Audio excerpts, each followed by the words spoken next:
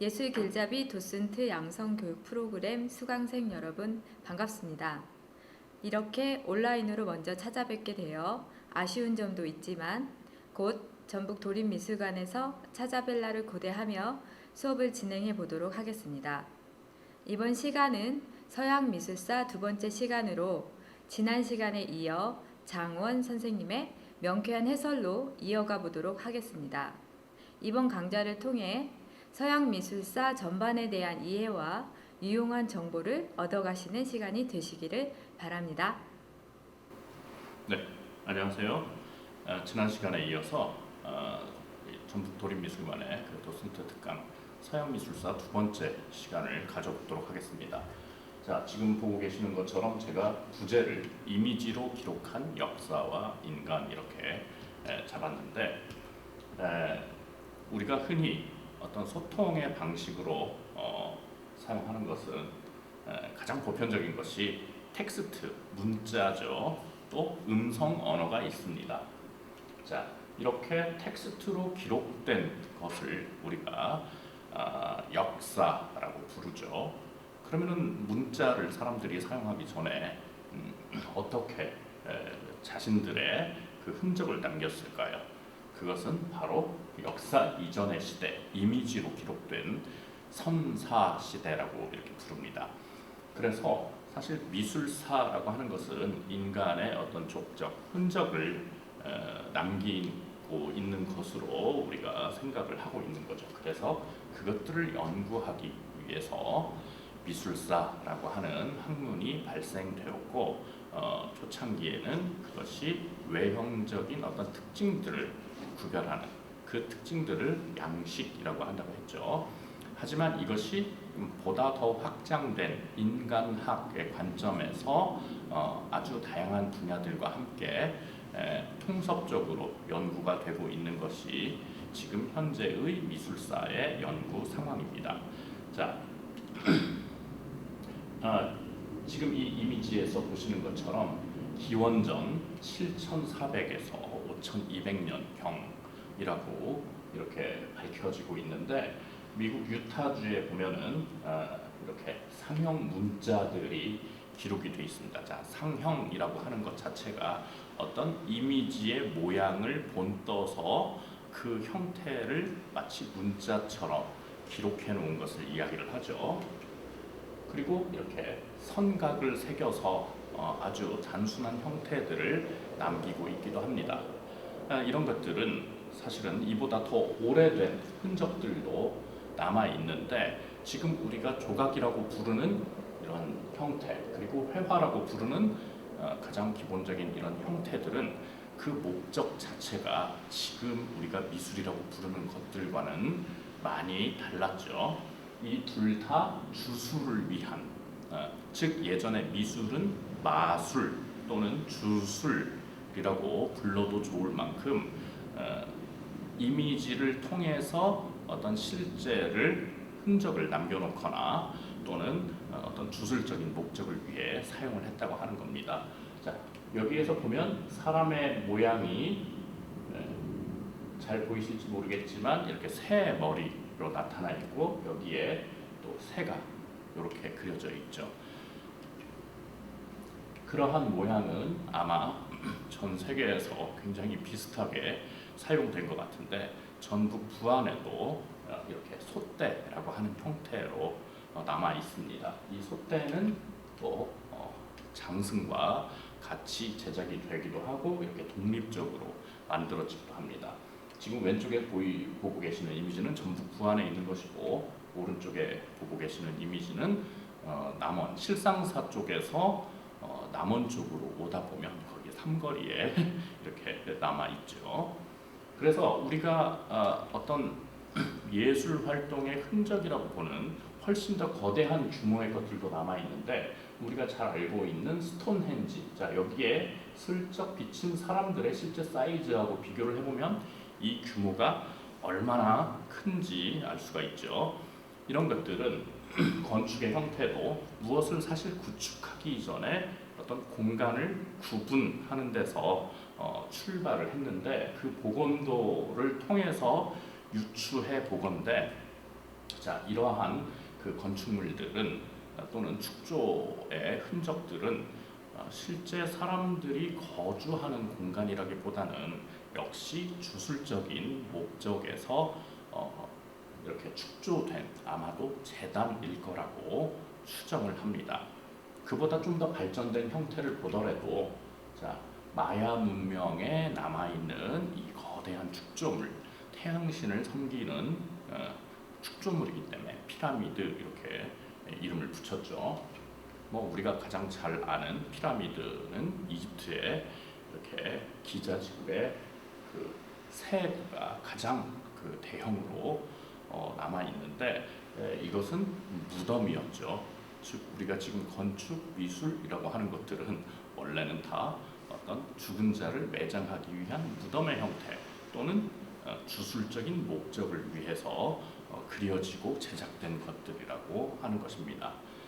그래서 고대 문명이 형성되면서 사실은 많은 그 예술 작품들을 남기고 있는데 인류의 4대 문명 중에서 지금까지 밝혀진 가장 오래된 문명은 메소포타미아 지역에 형성된 문명들이라고 알려져 있죠. 그래서 그 메소포타미아 지역에서는 사실 여러 왕조의 그 부침들이 있었습니다. 그래서 거기에서 나타난 그 작품들이라고 할 수 있는 미술의 그 형태들을 보면 자, 일단 아부신전에서 출토된 그 조각상들을 보면 신전에서 출토가 됐기 때문에 아마도 제사장의 역할 또는 그 무리들을 표현한 것처럼 보이죠. 그래서 사람의 형상을 갖추고 있지만 자, 눈의 모습이 조금 다릅니다. 저때 사람들은 저렇게 생겨서 저렇게 만들었을까요? 그랬을 수도 있겠지만 우리 일반인들과는 다른 모습으로 표현하기 위해서 그래서 지난 시간에도 잠깐 언급했지만 뭐 화장을 한다든가 문신을 새긴다든가 해서 어떤 주술적인 효과를 훨씬 강조했다고 이렇게 알려져 있죠. 역시 이 당시에 만들어진 이런 조형물들은 어떤 제사장의 권위 그리고 그러한 주술적인 어떤 효험들을 나타내기 위해서 제작이 된 거죠. 그런데 수메르 왕조에서 형성되었던 이 하프 여기에 이렇게 끈들을 이렇게 달아가지고 연주를 하게끔 되어 있는데 그냥 악기로 딱 끝나는 것이 아니라 여기에 커다란 황소의 조각이 되어 있고 또 여기에 뭐가 그림이 그려져 있네요. 그것을 이렇게 자세히 보면 반인반수 신화적인 또는 어떤 종교적인 주술성 등등을 강조하고 있는 것을 알 수가 있습니다. 그런데 아카디아 왕조에 이르게 되면 승전이 출토된 것에서 보면은 보다 더 구체적인 우리 현실의 삶의 모습을 기록을 해놓고 있죠. 그래서 지금 이 모습에서 보면 아마도 이 가장 큰 인물이 뭐 대장 또는 왕일 테고 병사들이 묘사가 돼 있고 거기에서 무시무시하게 쇠꼬챙이로 쭉 이렇게 적의 목을 이렇게 찔러서 제압하고 있는 모습이 나타나고 있지요. 그래서 보다 현실적인 우리의 실제 삶의 모습들을 갖다가 이렇게 표현을 하고 있습니다. 그러다 보니까 그 질서를 유지하기 위해서 왕국에 점점 더 그 커다란 고대 국가의 형태를 갖춰나가다 보니까 여기에서 필요한 것은 그 사회를 유지하기 위한 어떤 질서 체계가 필요했겠죠. 그래서 이렇게 우리가 잘 알고 있는 그 함무라비 법전 역시 조각상의 형태로 만들어져 있는데 이걸 가까이에서 보면 그러한 왕의 권위는 어떤 절대적인 우리와 동일한 인간들 사이에서 지금과 같은 민주주의에서 추대된 것이 아니라 어떤 외부의 굉장히 강력하고 절대적인 권위에 의해서 인정받은 것이다. 그래서 신에게 부여받은 힘을 갖다가 강조를 하게 되고 또 그것을 실제 현실에서 통치하기 위해서 이렇게 문자로 기록을 해놓고 있죠. 이게 지금까지 발견된 인류 최초의 성문법 됩니다. 그래서 이제 고 바빌로니아 같은 경우는 이 메소포타미아 지역, 특히 유프라테스 강과 티그리스 강에 쭉 그 상류들로 이어져 가지고 바빌론을 중심으로 해서 형성이 됐는데, 자, 아시리아 제국, 아주 강력한 제국에 의해서 멸망을 당하게 되죠. 이들은 특히 현실에서도 굉장히 그 강력한 척비 문화를 바탕으로 이렇게 전쟁, 사냥 등등의 어떤 호전적인 모습들을 남겨놓고 있는데, 바퀴 같은 경우, 이렇게 방패의 경우 거의 아주 완전한 기하학적 형태를 갖다가 갖추고 있고, 말의 모습들도 이렇게 겹쳐서 유사한 모습들이 겹쳐서 나타납니다. 우리가 여기서 볼 때 우리나라의 고구려 수렵도하고도 한번 비교를 해볼 수가 있을 텐데, 자, 지금 고구려 수렵도에서 보면은 아마도 호랑이처럼 보이는데 너무 작게 그려서 고양이처럼 보이죠. 산도 마치 무대 장치처럼 이렇게 해놨습니다. 자, 이것들은 이렇게 묘사하고자 하는 주제를 드러내기 위해서, 그 주제, 인물은 아주 그 왕의 권위를 드러내기 위해서 고정된 표현으로 나타나게 되는데, 오히려 사자의 표정을 보면 얘가 지금 무슨 생각을 하는지 그 사자의 마음을 읽을 수 있을 정도로 표정이 아주 자연스럽게 나타나죠.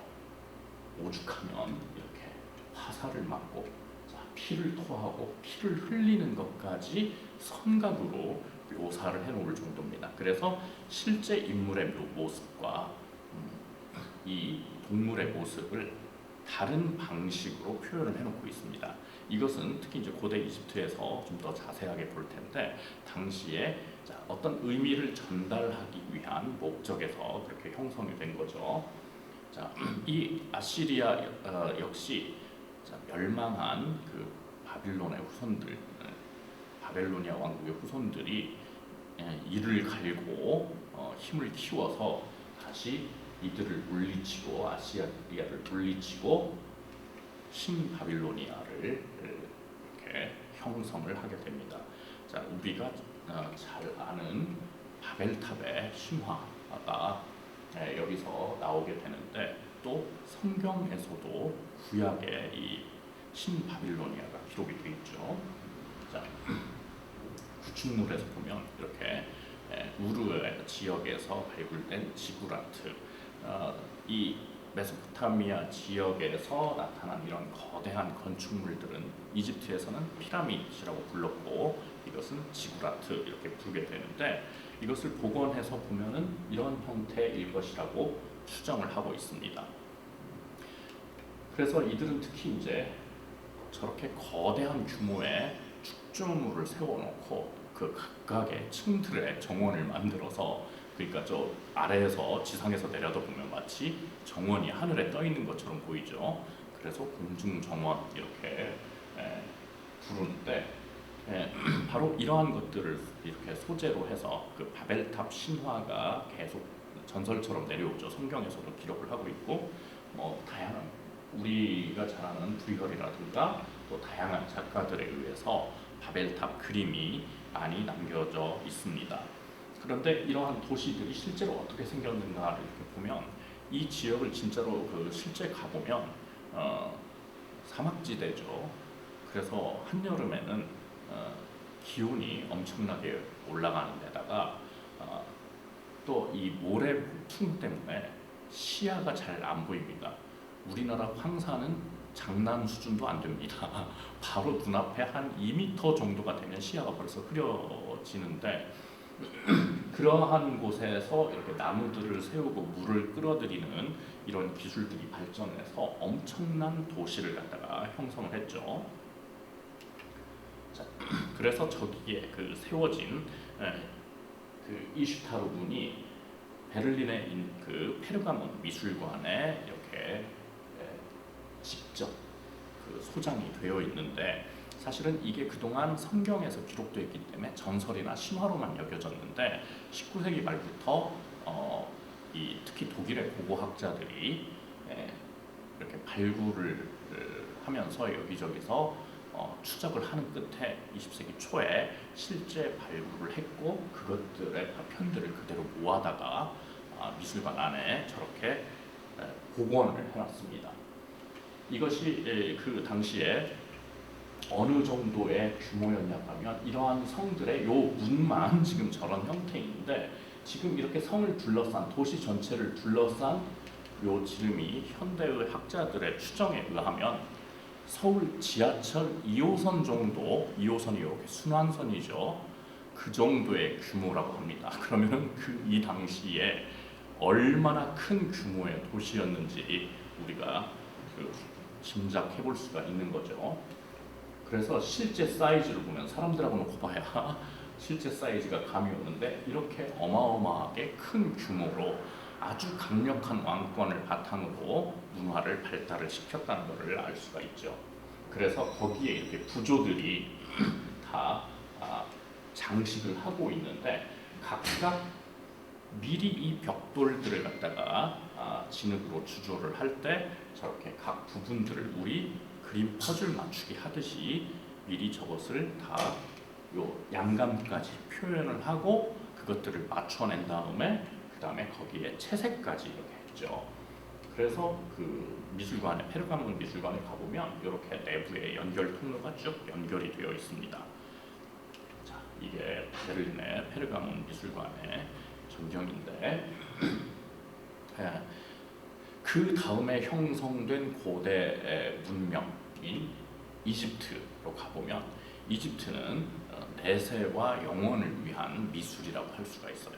자, 우리가 이미지라고 하는 말의 어원은 이마고인데 그것은 가짜의, 거짓의 그런 의미를 지니고 있습니다. 그런데 이것이 중세 때는 어떤 의미로 사용이 됐냐면 사람의 시신을 안치해 놓는 관이 있죠. 특히 예전에 중요한 사람들 석관으로 이렇게 만들었는데 거기에 안치된 사람이 누군지를 표현하기 위해서 뭐 왕의 경우도 그렇고 조각상을 새겨놓죠. 그것을 이마고라고 불렀습니다. 즉 이미지라고 부르는 것들은 실제 있었던 사람 그 존재를 이미지로 붙잡아두는 실체의 대리인물이었던 거죠. 우리가 지금 미술이라고 부르는 조각이나 회화, 더 나아가서 건축들은 사실은 그렇게 죽은 사람들을 영원히 보존하기 위한 또는 그 죽은 사람이 언젠가는 다시 육신과 분리된 영혼이 다시 되돌아와서 결합될 것이라고 믿었던 자기들의 어떤 고대 신앙과 관련이 있습니다. 그래서 내세, 영혼을 위한 미술이라고 부를 수가 있는데 아주 초창기에 형성된 이런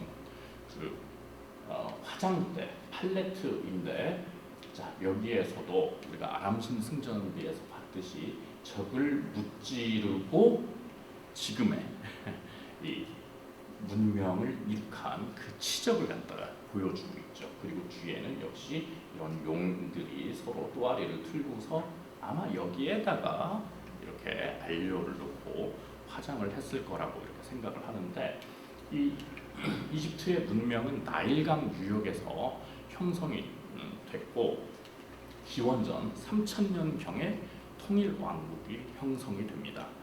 그런데 폐쇄적 지형으로 인해서 아까 메소포타미아 같은 경우는 대륙과 대륙을 연결하는 중간 사이에 있죠. 그러다 보니까 온갖 민족들의 어떤 경쟁터, 그래서 계속 왕조의 부침이 있었는데 여기 같은 경우는 오랜 세월 동안 통일 국가를 유지할 수가 있었습니다.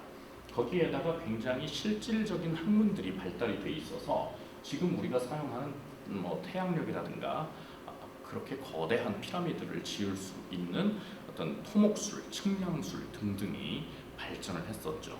그리고 십진법과 그림 문자, 그리고 파피루스라고 하는 지금 우리가 사용하는 페이퍼라고 하는 단어의 어원이 되는 그러한 자기들이 만든 종이에 기록들을 했습니다. 그런데 이 유역은 굉장히 고온이지만 우리나라처럼 다 습한 것이 아니라 굉장히 건조한 곳이죠. 그러다 보니까 시신이 쉽게 부패하지 않죠. 그래서 언젠가는 영혼이 돌아올 테니까 시신을 보존하기 위해서 이렇게 미이라를 만들어 놓고 그걸 피라미드 안에 특히 왕들의 경우에 이렇게 안치를 했던 겁니다. 그래서 영혼 불멸 사상을 지니고 있었어요. 그래서 오랫동안 이렇게 왕국들이 쭉 형성이 되는데 뭐 이런 것들을 세부로 뭐 아는 게 중요한 게 아니고, 자 일단 이 그 여러 피라미드 중에서도 특히 이제 나폴레옹이 원정을 가가지고 이제 발굴이 시작된 이 쉐프렌 또는 카프렌 왕의 피라미드에서 보면, 자 이렇게 세 구가 있는데 이제 그 중에서 그 남아 있는 피라미드 중에 가장 큰 규모로 이렇게 지어져 있는데, 그 안에서 이렇게 출토된 걸 보면은 어떤 왕 파라오의 모습이 이렇게 묘사가 돼 있죠, 조각상으로.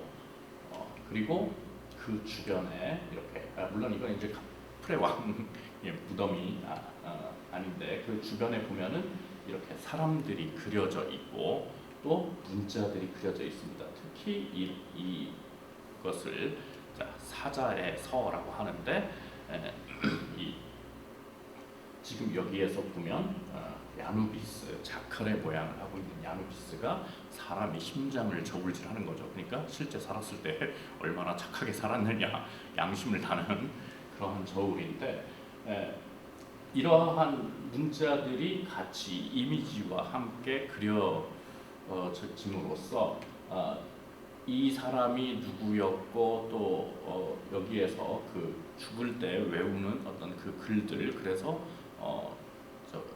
저승으로 넘어가는 어떤 그러한 얘기들을 이렇게 기록을 해놓고 있습니다. 그런데 여기에서 보면 한결같이 이미지의 형태도 선형으로만 되어 있고 그림으로 그려진 이 인물이나 모든 대상들이 다 평면적으로 그려져 있죠. 자, 그런데 모든 것이 그런 것이 아니라 어느 부분에서는 이렇게 평면적인 하나의 법칙처럼 이렇게 그려져 있는데 비해서 이렇게 밧줄 끄는 인부들 같은 경우는 보다 더 사실적으로 동세라든가 자세 이런 것들이 묘사가 되어 있습니다.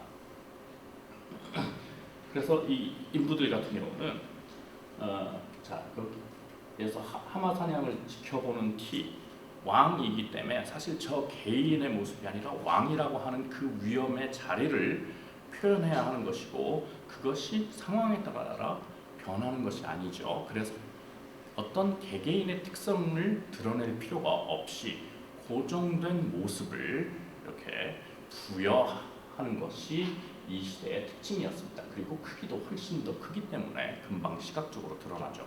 그런데 이 인물들은 어떤 고정된 법칙을 따를 필요가 없죠. 그러니까 그냥 자연스럽게 묘사를 하면 되는 거죠. 그리고 이제 이것을 조각으로 이렇게 새겼을 때도 아주 얇은 구조로, 그래서 우리가 눈으로 볼 때 실제 입체감을 느낀다거나 완전한 평면감을 느끼는 게 아니라 어떤 촉각적인 눈으로 이렇게 더듬어서 만지는 듯한 그런 촉각성이 강조가 됩니다. 그러면 이런 이미지를 만들 때 이 사람들은 실제로 이렇게 모델을 세워놓고 만들었을까요? 헤즈라의 초상 같은 경우도 왕의 모습하고 굉장히 비슷하죠. 서구에서는 사실적으로 묘사하는 것과 더불어서 고대 이집트의 이 방식에 크게 다른 두 가지 기준이 있었는데, 자 여기에서 보시면 자 얼굴은 정확하게 측면이죠. 그런데 거기에 있는 눈은 정면에서 보는 눈동자의 모습이 그려져 있습니다. 이때 이집트인들은 전부 사시였나요?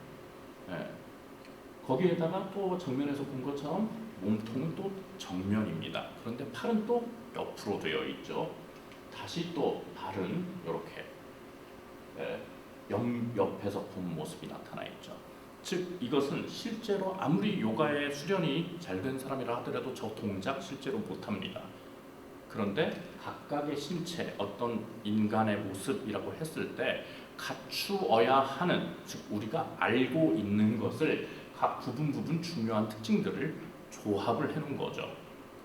그래서 자 요렇게 발을 갖다가 이 정도를 벌리고 있으면 이것이 서 있는 고정된 자세, 이 보폭이 훨씬 더 넓으면 똑같이 서 있는 것처럼 보이지만 움직임의 자세를 표현하는, 마치 우리가 신호등에서 가만히 이렇게 서 있으면 평면적인데 이거는 정지, 옆으로 이렇게 보폭을 벌리고 있으면 파란불이 들어오면서 가시오라고 하는 것과 같은 기호의 역할을 했다고 하는 겁니다.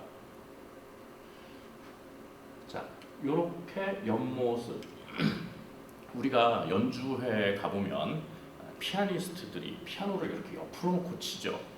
사실 그 전통이 리스트에서부터 시작이 됐는데 리스트는 콧날이 이렇게 특히 오똑해서 정면으로 바라봤을 때보다 이렇게 옆면으로 바라봤을 때 훨씬 미남형으로 보였다고 하죠. 마치 우리가 셀카 찍을 때 얼짱 각도로 찍는 것처럼. 그래서 리스트가 이렇게 옆으로 놓고 치기 시작한 것이 피아노 연주에서 전통이 됐는데 이 부분을 특히 이렇게 사람의 얼굴을 저렇게 측면으로 묘사한 거를 이 사람들 말로 프로필이라고 부릅니다. 근데 그 프로필 어떤 특성을 가장 잘 드러내는 이력으로 보이죠. 그래서 요즘에는 정면과 측면을 사진을 같이 찍죠. 특히 어디서 경찰서 잡혀가서 사진 찍을 때 번호 들고 옆면, 정면을 같이 찍습니다. 정면을 같이 찍는 건 레오나르도에 의해서 정면 초상이 이후 하나의 전통이 되기 때문에 두 가지를 결합을 시킨 거죠.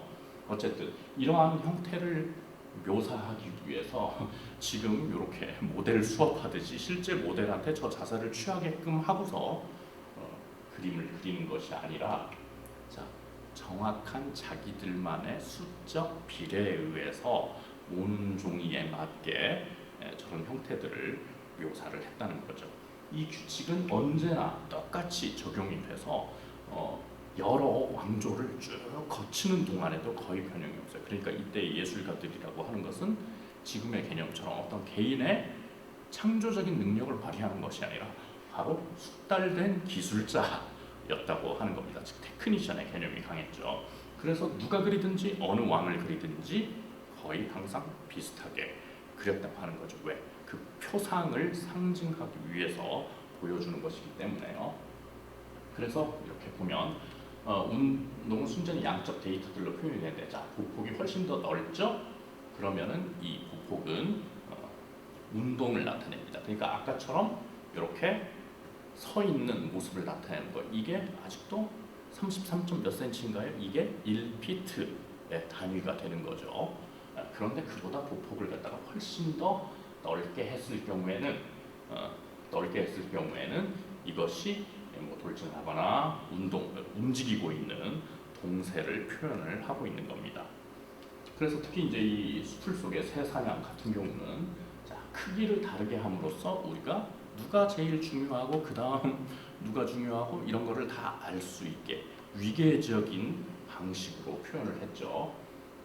그리고 여기에 보면 자, 수풀 주변의 늪지에 아마 있는 물고기를 묘사한 것 같은데 물고기를 마치 우리가 물속에 들어가서 옆에서 바라보는 것처럼 정면에서 바라보는 것처럼 묘사를 했죠. 이런 표현은 아마 물고기 도감에서 바라보는 모습일 테죠. 만약에 우리의 지금 이 장면을 바라보고 있는 시선에서 본다면 얘네는 안 보이잖아요. 그것을 보이도록 표현하기 위해서는 마치 식물 도감, 동물 도감에 쫙 펼쳐놓는 방식으로 구성을 하는 거죠. 그래서 각 사물마다 다른 시점에서 그린 것들을 모아두는 겁니다. 그러한 방식은 이러한 네바의 정원 같은 데서도 드러나죠. 그래서 이렇게 네모난 정원이 있고 그 주변에 숲이 있구나. 만약에 지금 우리가 한 시점에서 바라본다고 하면 이 뒷부분은 얘 가려서 보이지도 않고 얘는 더더욱 안 보이겠죠. 그래서 다 보여주는 방식, 즉 우리 눈에 실제로 한 곳에서 볼 때 어떻게 보이느냐가 아니라 저기에 저런 것이 있어 라고 가리켜주는, 그러니까 우리가 어디 건물에 갔을 때 만약에 전시를 보러 간다고 했을 때도 1전시실에서 뭐가 있고 2전시실에 뭐가 있고 이거를 처음에 입구에서 다 같이 보여주는 방식과 비슷한 방식인 거죠. 그래서 굉장히 평면적으로 보이게 되는 거고, 그러한 인물들의 모습은 특히 이 모더니즘 효화에서 선과 형태 그리고 색채들의 자율성을 강조할 때 고갱이 이 작품에서 실제로 이 태배의 고분 벽화들을 채용을 하게 됩니다. 조각상 역시 입체로 나타나지만 그런 어떤 거의 부동의 자세는 거의 비슷하게 나타나는데 그래도 이렇게 발 하나 나온 게 한 1000년 걸렸죠. 굳이 나올 필요가 없었던 거예요. 그냥 저 왕과 왕비를 표현해주면 되는 것이었죠. 그런데 이 서기관, 왕과 왕비는 그림으로 보든 조각으로 보든 심지어 어느 왕, 어느 왕비를 보든 거의 비슷한 형태로 보이는데 이 서기관 같은 경우는 이렇게 축 늘어진 뱃살까지도 자세하게 표현을 하고 생생하게 이 얼굴을 묘사를 하고 있어서 마치 우리가 어떤 실제 인물을 보는 것과 같은 그런 느낌을 받게 되는 거죠. 그래서 이렇게 여신의 모습으로 한참 이후에 조각된 클레오파트라 7세의 모습 같은 경우도 개체의 특성을 보여주는 것보다는 어떤 왕비라고 하는 그 지위를 표현을 해주고 있습니다. 자, 그런데 이렇게 고정된 형태가 보다 더 사실적인 묘사로 바뀌는 아주 잠깐 동안의 시기가 있습니다. 그게 바로 요 신왕국 시기인데 여러 가지 그 이유가 있지만 이 아크나톤이라고 하는 아메노피스 4세, 자 지금까지 봤던 왕들의 모습에 비해서 어때요? 일부러 너무 지나치게 과장시켜 놓은 것처럼 못생겼죠. 실제 모습을 표현을 하고 있어요. 유명한 게 그 왕비인 네페르티티의 그 조각상도 있는데 지금 이것도 베를린에 묘사가 돼 있죠. 우리한테 가장 유명한 고대 이집트의 마스크는 아마 이 투탕카멘의 마스크일 거예요. 그 아들인데 18살 때 죽었죠. 그래서 이 또 마스크가 가장 유명하기도 한 것은 발굴 당시 훼손되지 않고 그대로 발굴된, 거의 고스란히 발굴되었기 때문에 그렇기도 하고, 또 이것이 발굴되고 나서 막 미라의 저준이 어쩌고 이런 얘기들도 막 나오고 그랬는데, 자 거기에서 보면 이 태양신을 섬기면서, 당시 이 고대 이집트는 다신교였기 때문에 수많은 그 신들이 존재를 하게 되죠. 그러다 보니까 그 신들을 섬기는, 그 많은 신들을 섬기는 제단들이 있고 막 제사장들이 있고, 그러니까 파라오의 권위를 위협하다 보니까 태양신으로 통일을 해버리고 그리고 천도를 하게 됩니다. 그래서 아크나톤이나 투탕카멘이나 다 독살됐을 거라고 하는데, 어쨌든 이때 양식이 그래서 굉장히 사실적이고 자연스러운 방식으로 나타나게 되는 거죠. 그래서 거기에서 보면 이 부조 그림이 있는데 약간 도드라지게 표현을 하고 거기에 채색한 그림이 있는데, 자 요게 태양신의 모습이 표현이 되어 있죠. 이것은 이 의자에, 왕의 의자에 이렇게 묘사가 되고 있는 겁니다. 하여튼 이런 여러 왕과 신 중에 가장 그 대표적인 것이 호루스인데, 호루스 신화가 고대 이집트에서 가장 유명하기도 하거니와 여러모로 기독교에서 그리스도의 탄생과 연관되는 게 많이 있죠. 일단 자기 어머니가 이시스가 동정녀로 호루스를 낳았고, 이 호루스의 생일이 바로 12월 25일입니다. 그리고 별 3개가 지켜보았다, 이런 이야기들이 서로 교차된다고 보는데, 하여튼 굉장히 그 인기가 많은 신이고 파라오를 상징하는 형상으로 나타나게 됩니다. 그리고 이 모습이 매의 모습으로 나타나서 상형 문자에서도 이렇게 매의 눈이 하나의 문자로 기록이 되고, 또 그 호루스의 4 아들들이 바로 미이라를 만들 때, 자 시신이 부패하지 말라고 먼저 뇌, 내장 이런 거를 다 끄집어내서 방부 처리를 하죠. 그렇게 끄집어낸 내장들을 보관하는 것이 요 4 아들들의 형상으로 된 그런 관들입니다. 그래서 어쨌든 이 호루스 신앙은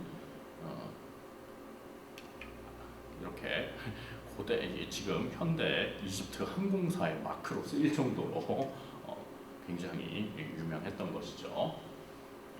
자, 그런데 고대 그리스인들은 보다 더 역동적인 자연 환경 속에서 아무래도 인간의 삶을 영유해야 했기 때문에 어떤 고정불변의 법칙성에 의존하는 것보다 현실을 바탕으로 한 인간 자체의 모습을 표현하는 데 있네 더욱더 많은 그 능숙함을 보이는 사람들이죠.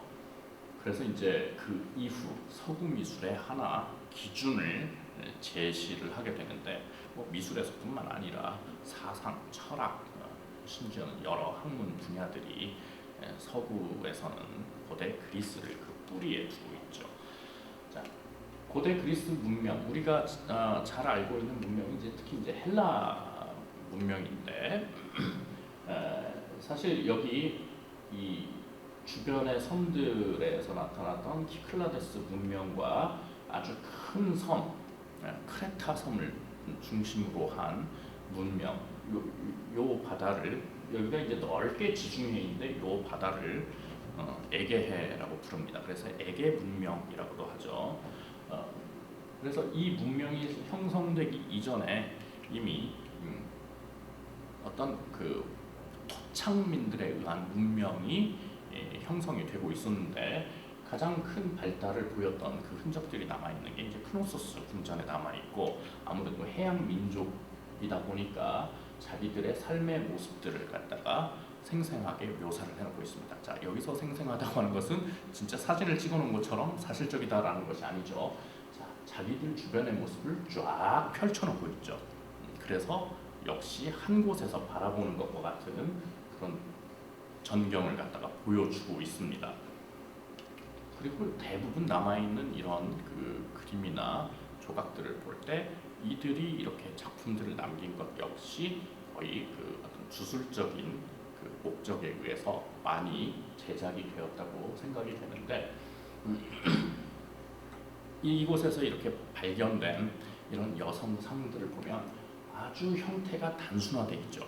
마치 20세기 초 모더니즘의 조각을 보는 것처럼 아주 단순하게 기하학적으로 추상화가 돼 있는데 고대 그리스의 그 본토에서 나타나는 양식을 크게 이렇게 네 가지로 구분할 수가 있습니다.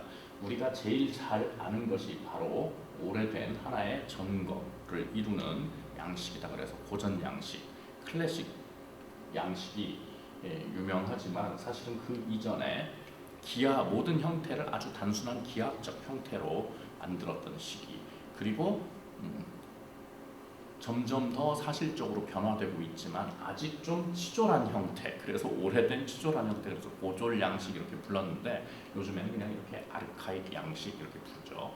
사실 아르케라고 하는 그 어원에서 와서 뭐 아르케타입 그러면 전형 그리고 뭐 아카이브 하면은 기록 이런 것들 단어들로 연결이 되는 거죠. 그리고 이제 알렉산더 대왕의 어떤 원정에 의해서 영토 확장해서 헬레니즘기가 형성이 되는데 자, 기하학적 형태의 이런 단계들은 장례용으로 쓰였던 크라테르에서 보면은 아마도 이렇게 시신을 묻어놓고 우리 그 벌써 한 십몇 년 된 영화인데 트로이라고 하는 영화에서도 보면 아킬레스가 죽은 자기 사촌 동생을 저렇게 단 위에 쌓아놓고 이렇게 시신을 태우죠.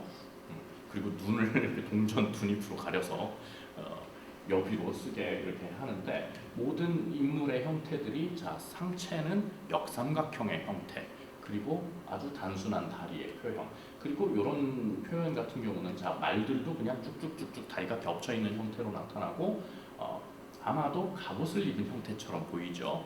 그런데 그 안에도 자 동그라미 또 동그라미의 형태로 아주 단순한 기하학 형태들을 반복해서 나타내고 있죠. 자, 그래서 이러한 그 도자기들 특히 회화 작품이 많이 남아 있지 않아서 특히 도자기에 그려진 그림들을 통해서 고대 그리스의 회화를 우리가 추정을 해볼 수 있는데 그리스의 도기는 그 양이 상당히 많이 남아 있고 또 크게 그 채색의 방식에서 두 가지 흑화 양식, 적화 양식으로 이렇게 구분을 합니다. 흑화, 검정색으로 그림이 그려진 거죠. 즉 그려진 대상이 검정색으로 돼 있고 적화 같은 경우는 붉은색으로 방식으로 돼 있는 거죠. 그래서 이런 것에서 보면은 그 변화 단계를 볼 수가 있는데 피샥스가 그린 요 흑화 도기에서 보면은 자, 서양 미술사를 쓴 곰브리치가 뭐라고 얘기를 하냐면 자, 자기들이 본 것에 의지해서 그리기 시작을 했다고 하는 겁니다. 그래서 하나의 위대한 발견을 하게 되는데 원근에 의한 단축법을 표현을 해서 형태 안에서 실제 놓여있는 공간감을 표현하기 시작을 했다는 거죠. 그리고 조각의 경우 보면은 이 아르카익 시기의 양식들이 이렇게 남자상을 크로스, 여자상을 코레라고 하는데 우리가 잘 알고 있는 뭐 비너스 같은 그러한 명화들, 그런 누드와 다르게 원래 고대 그리스에서 나타났던 누드는 거의 클래식 시기에는 거의 100% 남성상만 누드입니다.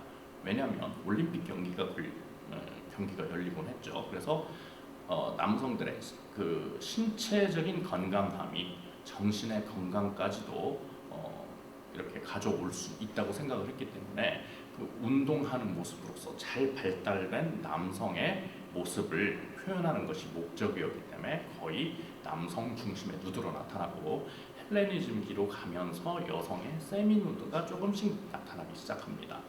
어쨌든 그래서 주로 남성상들이 많이 출토가 되고 여성들 같은 경우는 이제 여신들, 비너스라든가 승리의 여신, 니케라든가 이런 것들이 제작이 되는데 이러한 작품들의 특징이 무엇이냐? 이집트적인 개념과는 완전히 다른 개념이 나타나는데 조각의 역사에서 처음 등장한 그 자체로 독립적인 완전한 입상이라고 하는 거죠. 무슨 얘기냐? 자, 아까 봤던 그때 이집트의 작품하고 비교를 해보면 한 가지의 중요한 차이점을 발견을 할 수가 있습니다. 그것은 뭘까요? 자, 고대 이집트 조각은 발판부터 시작을 해가지고 이 조각상들을 지탱하는 이 받침대까지 해서 빈 공간이 하나도 없이 전체가 완전히 꽉 채워진 덩어리로 형성이 돼 있죠. 그런데 그리스의 조각 작품은 자, 실제 우리의 신체와 마찬가지로 빈 공간이 나타나기 시작을 합니다. 그리고 이거를 갖다가 좀 더 자세히 발을 똑같이 그냥 서서 역시 딱 뻣뻣한 자세인데 보다 더 자연스러운 발전이 가능하게 되는 것이죠. 그래서 만들어낸 것이 콘트라포스토라고 부르는, 즉 대응 균형. 더 쉬운 말로 하면 짝다리 한쪽 다리에다가 힘을 주기 때문에 전체 하중을 다 감당을 하게 되죠. 그러다 보니까 어깨 역시 슥 한쪽으로 기울어지게 되고 다른 부분은 보다 더 자유로워지는 거죠. 그래서 결국은 이러한 움직임의 표현이 가능한 보다 더 사실적인 묘사가 가능해지게 되는 거죠. 그래서 나중에 아예 이렇게 우리한테 유명한 원반 던지는 사람, 실제로 그래서 너무나도 사실적이죠. 정말로 현대에 투포환하는 그런 자세처럼 나오죠. 근데 사실은 아니라는 겁니다. 자, 곰브리기 서양미술사에서 얘기를 하는데, 자, 현대 운동선수들이 이걸 모델로 해서 원반 던지는 그리스의 정확한 스타일을 배우려고 했는데 실제로 해보니까 생각보다 쉽지 않은 자세라는 거죠. 그런데 이 같은 자세가 그냥 신빙성이 있는 것으로 충분하다는 거죠. 여기서 뭘 구현하려고 했느냐? 조각상 전체가 가지고 있는 윤곽만을 본다면 이집트의 전통과 연결돼 있는데, 자, 바로 움직이는 신체의 신빙성 있는 표현으로 만들어냈다고 하는 거죠. 즉 적합한 동작과 일치하는지 아닌지는 별개의 문제로 운동감의 표현을 달성을 했는데, 자, 이집트의 화가처럼 몸통은 앞모습, 다리와 팔은 옆모습으로 표현이 됐다고 하는 거죠. 즉 고정된 자세에서가 아니라 실제 우리의 움직임 속에서의 한 부분을 이렇게 포착을 함으로써 고대 이집트인들이 드러내려고 했던 특징적인 부분들을 전체의 윤곽에서 보면 움직임 안에서 다 표현해내고 있다고 하는 거죠. 그러니까 사실성도 획득하고 보여주고자 하는 특징도 다 드러낼 수 있었다 이렇게 평가를 합니다. 거기에다가 나중에 이제 그 로마의 건축가였던 비트루비우스가 기록한 걸 보면은 이러한 작품들은 단지 움직임을 묘사한 것뿐만 아니라 현실을 기초로 해서 자기들이 추구하는 어떤 도달하고픈 이상적인 모습들을 만들어내는데 바로 그것은 비례, 수학적 계산에 의한 비례를 통해서 만들어진다고 하는 거죠. 그래서 얼굴은 어느 정도의 크기, 손은 어느 정도의 크기, 머리는 어느 정도의 크기 이러한 각각의 비례들을 통해서 나타난다고 하는 거죠. 그거를 특히 수학적 계산에 의해서 찾아낸 황금비를 적용해서 만들게 되는데 자, 사람에게서 황금비라고 하는 거는 어떤 비율? 자, 8등신이 됩니다. 즉 얼굴은 나머지 7부분과 7대 1의 비율. 그래서 신체의 8개의 부분이 같은. 그러면 우리는 몇 등신일까요? 그냥 등신은 아니겠죠. 자, 그러니까 8등신 별로 부러워할 필요가 없습니다. 서구인들조차 이상적인 몸매였던 거죠. 그래서 갈렌이라고 하는 사람은 미라고 하는 것은 각 부분이 구성 요소가 얼마나 아름답느냐가 아니라 각 부분들과의 조화로운 비례에 있다 이렇게 얘기를 합니다. 그리고 고대 그리스인들은 바로 그 수학적 비례에 의해서 아름다움을 갖추려고 했던 거죠. 그 이상적인 미, 바로 이것을 카논 이렇게 이야기를 합니다. 이들이 만들어내는 어떤 미적 법칙, 작품을 만드는 법칙, 그것을 사실은 카논이라고 해야 더 맞는 말인데요. 그래서 이러한 신전들도 조금 전에 도식에서 봤듯이 황금비를 통해서 이렇게 만들어진 거죠. 뭐 다른 얘기들보다는 뭐 양식적인 특질을 얘기를 하자면, 자, 심지어는 이 천정을 이렇게 그 지붕을 떠 받치는 요 기둥의 머리 캐피탈이라고 하는데 주두 역시 시대마다 변화를 보이고 있습니다. 그래서 이제 도리아식, 이오니아식, 그리고 이제 요거는 그 성경에 나타난 지역 이름, 그 고린도, 코린트식 주두로 나타나는데 특히 요 이파리 모양으로 굉장히 화려한 장식을 자랑을 하죠. 자, 이러한 고대 그리스의 주두의 모습을 그대로 본단 건물, 자, 현재 백악관의 요 기둥의 모습이 바로 이오니아식으로 만든 겁니다. 우리나라에도 있죠. 교과서에 나오는 우리나라 최초의 서양식 근대 건물 덕수궁에 있는 석조전이 바로 이 이오니아 양식으로 만들어졌습니다. 거기에다가 또 한 가지 파르테논 신전은 굉장히 특이한 어떤 형식을 갖추고 있는데 바로 엔타시스 양식이라고 하는 겁니다. 즉 위에서부터 아래까지 똑같이 두께가 똑같이 제작이 된 게 아니라 아랫부분으로 내려올 때 쓱 볼록하죠. 왜냐하면 파르테논 신전은 자기들이 살고 있는 아크로폴리스에서 이렇게 위로 올려다보죠. 멀리. 그럴 경우 똑같이 만들어 놓으면 가운데가 자기들의 시점에서 봤을 때는 홀쭉하게 들어갑니다. 즉 자기들의 눈에서 봤을 때 자연스럽게 보이게 하도록 위해서 실제로 볼록하게 만든 거죠. 저도 멀리서 보면 판판하게 보일 수 있을 텐데 카메라가 지금 너무 가깝게 잡고 있네요. 하여튼 이러한 양식이 하나의 그 시각적 양식을 이룸으로써 계속 전파가 돼서 우리나라에도 있죠. 건물 자체로 온전한 형태로 남아있는 우리나라에서 가장 오래된 목조 건물 구석사의 무량수전에 요 기둥의 양식이 적용이 된 겁니다.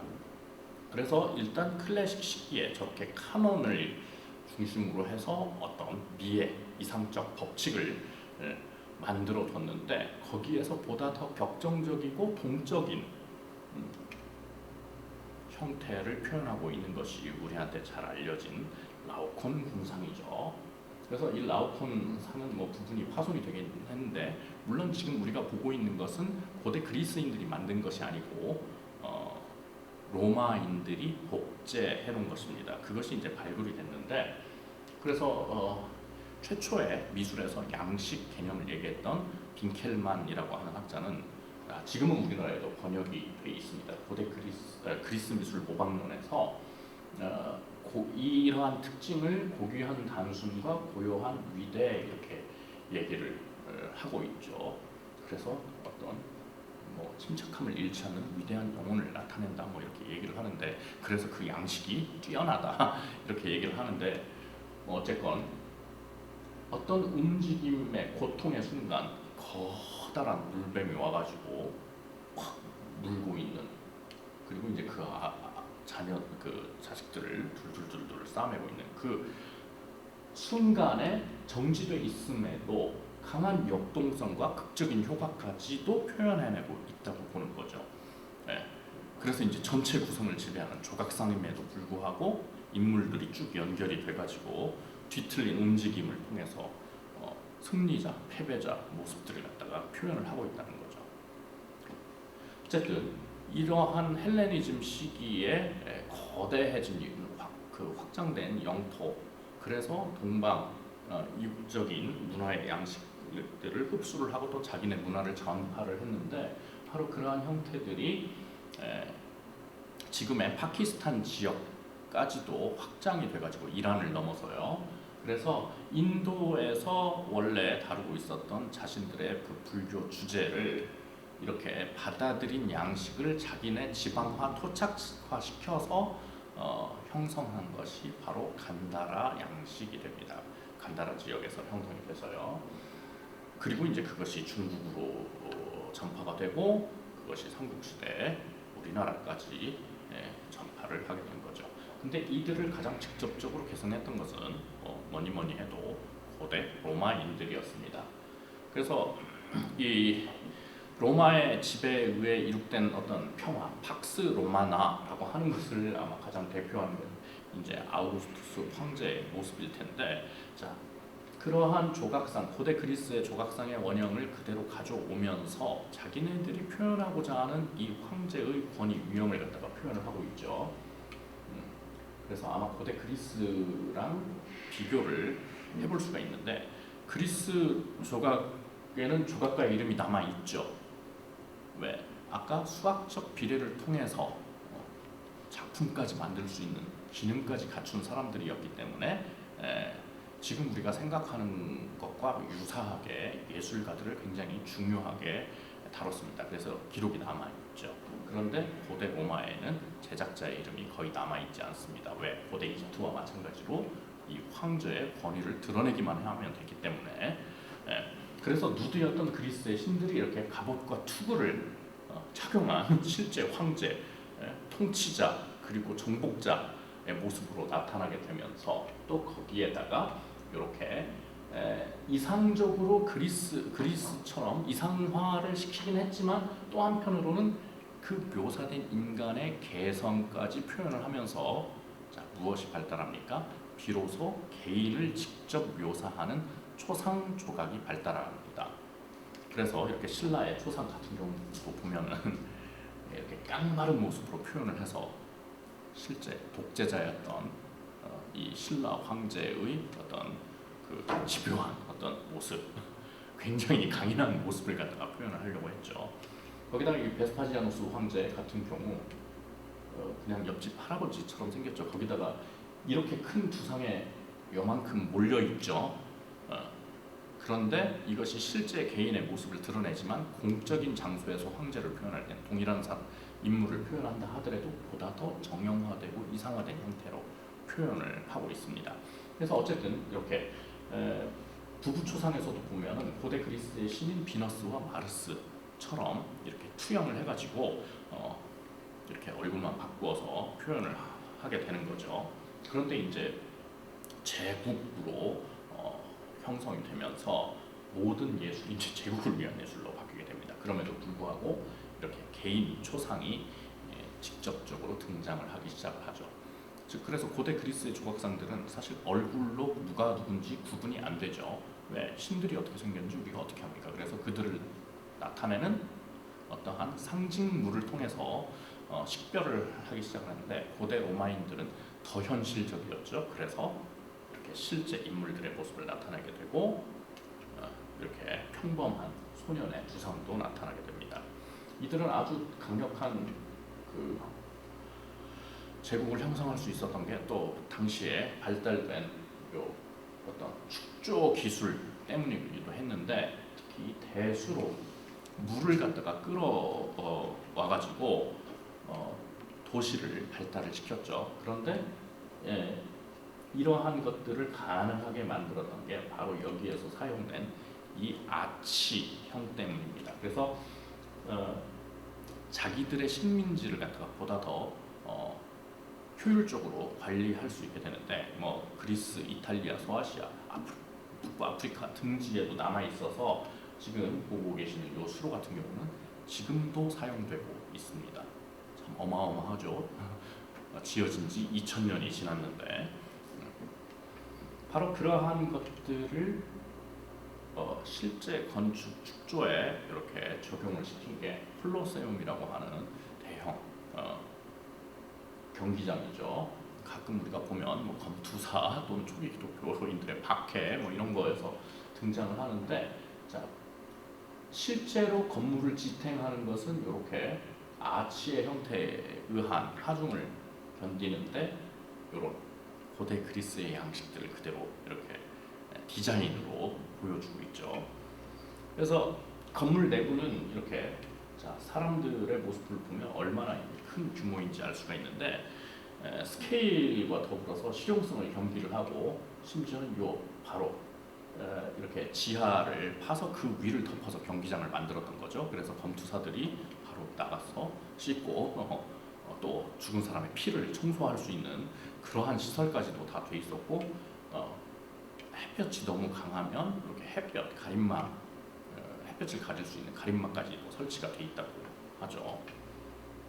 이들이 이제 콘크리트 제작 방식을 갖다가 발전을 시켜서 저러한 거대 축조물을 가능하게 했고, 또 이후의 건축 그리고 예술에 영향을 주는 어떤 원리를 제공을 했던 게 이 판테온입니다. 테오 그러면 신이라는 말이고, 판 그러면 보편적인, 즉 여러 신들을 모아둔 것이라고 하는 말인데, 그리스 예술 양식을, 표면 양식을 그대로 갖다가 여기서는 지금 코린트 양식을 갖다가 적용을 했고, 사실은 그 앞부분만 땄고, 그 성전은 뒤쪽인데 앞부분은 그 비슷하게 땄죠. 이렇게 전체를 보면 거대한 도매 형태로 이루어져 있습니다. 그래서 기독교 국가가 되기 이전에 지어진 여러 신들을 모시는 성전인데, 자, 이 단면도를 보면은 뻥 뚫린 천정이 이렇게 있고, 아주 효율적인 공간을 갖다가 자기들의 목적에 의해서 사용할 수 있게 되어 있는데, 자, 이렇게 아치를 형성할 때는 쐐기돌이 지탱을 해가지고 서로가 서로의 하중을 분산시키기 때문에 보다 더 넓은 공간들을 활용을 할 수가 있죠. 그래서 이제 대영토를 다스리기 위한 굉장히 현실적인 기술을 발전을 시키는데, 그것들이 각각의 부분에서 모이게 되면은 이 부분을 또 하나를 더 올릴 수 있게 되죠. 그래서 이것들이 사방에서 딱 만들어졌을 때 이러한 거대한 돔이 되고, 이게 이제 파니니가 18세기에 그린 그 내부의 그림이 되는 거죠. 그래서 나중에 이것들이 위로 올라가면서 로마네스크 양식, 고딕 양식, 그리고 그러다 보니까 자유로워진 벽면에 회화와 조각들이 장식으로 발전을 하기 시작을 합니다. 이들을 발전시킨 이런 회화의 모습, 얼마나 실용적으로 많이 사용되고 있는가를 알 수가 있는데, 음식점 간판도 이렇게 그림으로 그려서 보여주고, 또 회화들이 많이 남아있는데, 특히 폼페이에서 발굴이 돼서 그 회화 양식을 우리가 추정을 해볼 수가 있죠.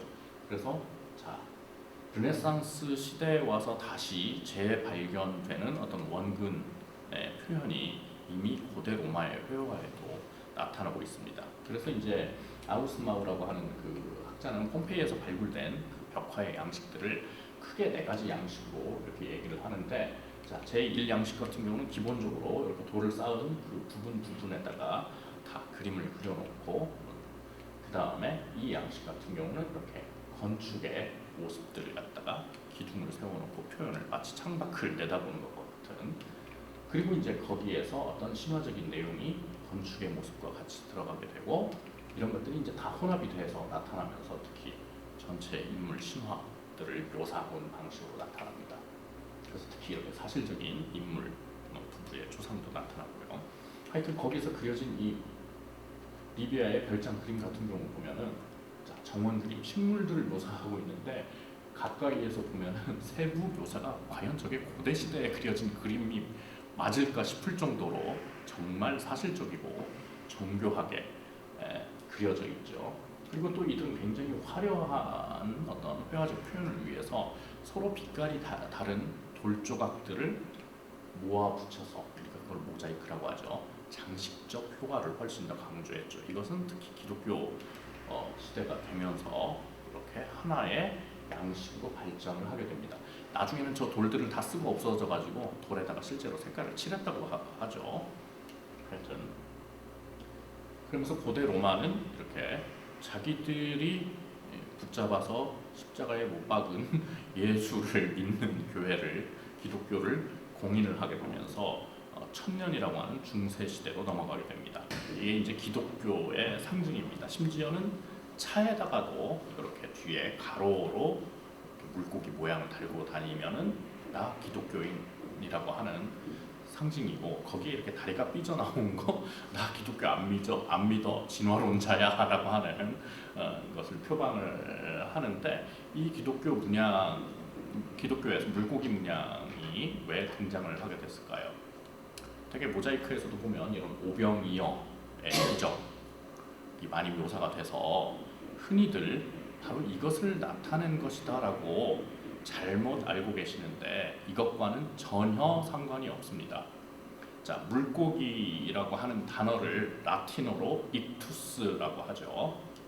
이렇게 표현을 하는데 그 익투스는 예수스 크리스투스 그다음에 테오 자, 예수 그리스도 하나님의 아들이라고 하는 단어들을 쭉 늘어 썼을 때 그 첫 글자를 따면은 익투스라고 하는 단어가 됩니다. 즉 물고기라는 말이 되죠. 이것을 암호로 사용을 했습니다. 그래서 지금은 이렇게 그거를 지저스라는 형태로 이렇게 사용을 하기도 하는데 기독교가 처음부터 공인이 됐던 건 아니죠. 자기네들 로마 사람들이 통치했던 식민 국가 중에 한 곳, 근데 굉장히 특이한 한 곳에서 기독교가 형성이 돼서 심지어 로마로까지 전파가 되죠. 그러다 보니까 지상에서 활동을 못하고 핍박을 받으니까 은밀하게 숨어서 활동을 했습니다. 어디서 숨어서 했느냐? 바로 이러한 지하 공동 무덤에서 활동을 했는데 그것을 카타콤이라고 부릅니다. 그래서 미로처럼 쭉 이렇게 연결이 돼 있어서 그 안치실마다 모여가지고 자기들끼리 예배를 드리고 찬송을 하고 그랬는데 그러다 보니까 막 잡으러 오잖아요.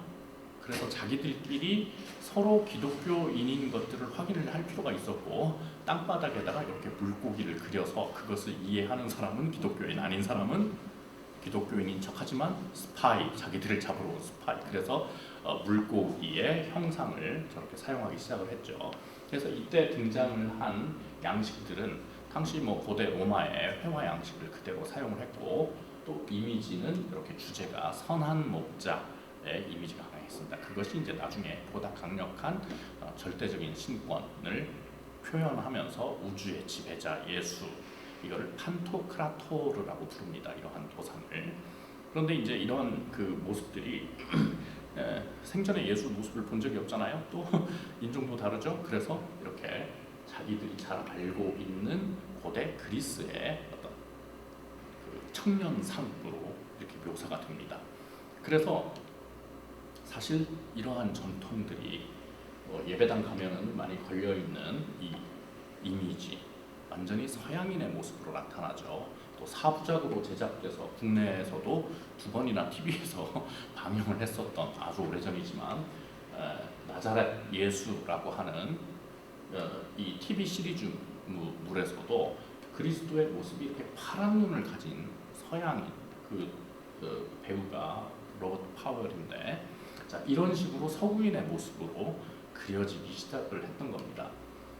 그래서 파놉스키라고 하는 이 도상학자, 미술사학자는 중세 시대에 이제 그런 고전 테마, 고전 모티프는 성경과 신학적 테마에 적용될 수 있을 경우에만 수용이 될 수 있었다고 하는 거죠. 그래서 그들은 눈앞에 세워둔 시각적 모델, 즉 자기들이 이상적으로 삼고 그동안 수행해왔던 고대 그리스의 미술에서부터 그 이미지를 가져와서 형상화를 시작을 했다고 하는 겁니다. 그래서 이러한 형상들이 어떤 하나의 법칙을 이루게 되는데 3원의 규칙, 자, 세 가지의 원, 이거를 보다 더 도식적으로 볼까요?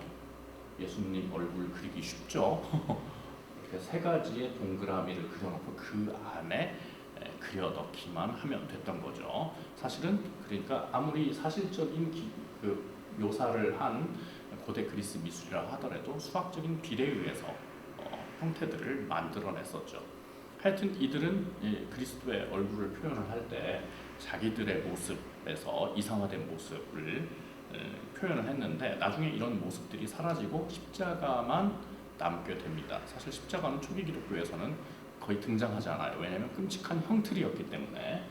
그런데 이렇게 십자가가 기독교를 상징하기 보다 더 적극적으로 상징하기 시작한 것은 자 이렇게 성상 파괴 운동이 일어남으로써 우리 육신을 입고 온 그리스도의 모습을 저렇게 구체적으로 묘사하는 것이 옳지 않다. 그래가지고 다 파괴해버리죠.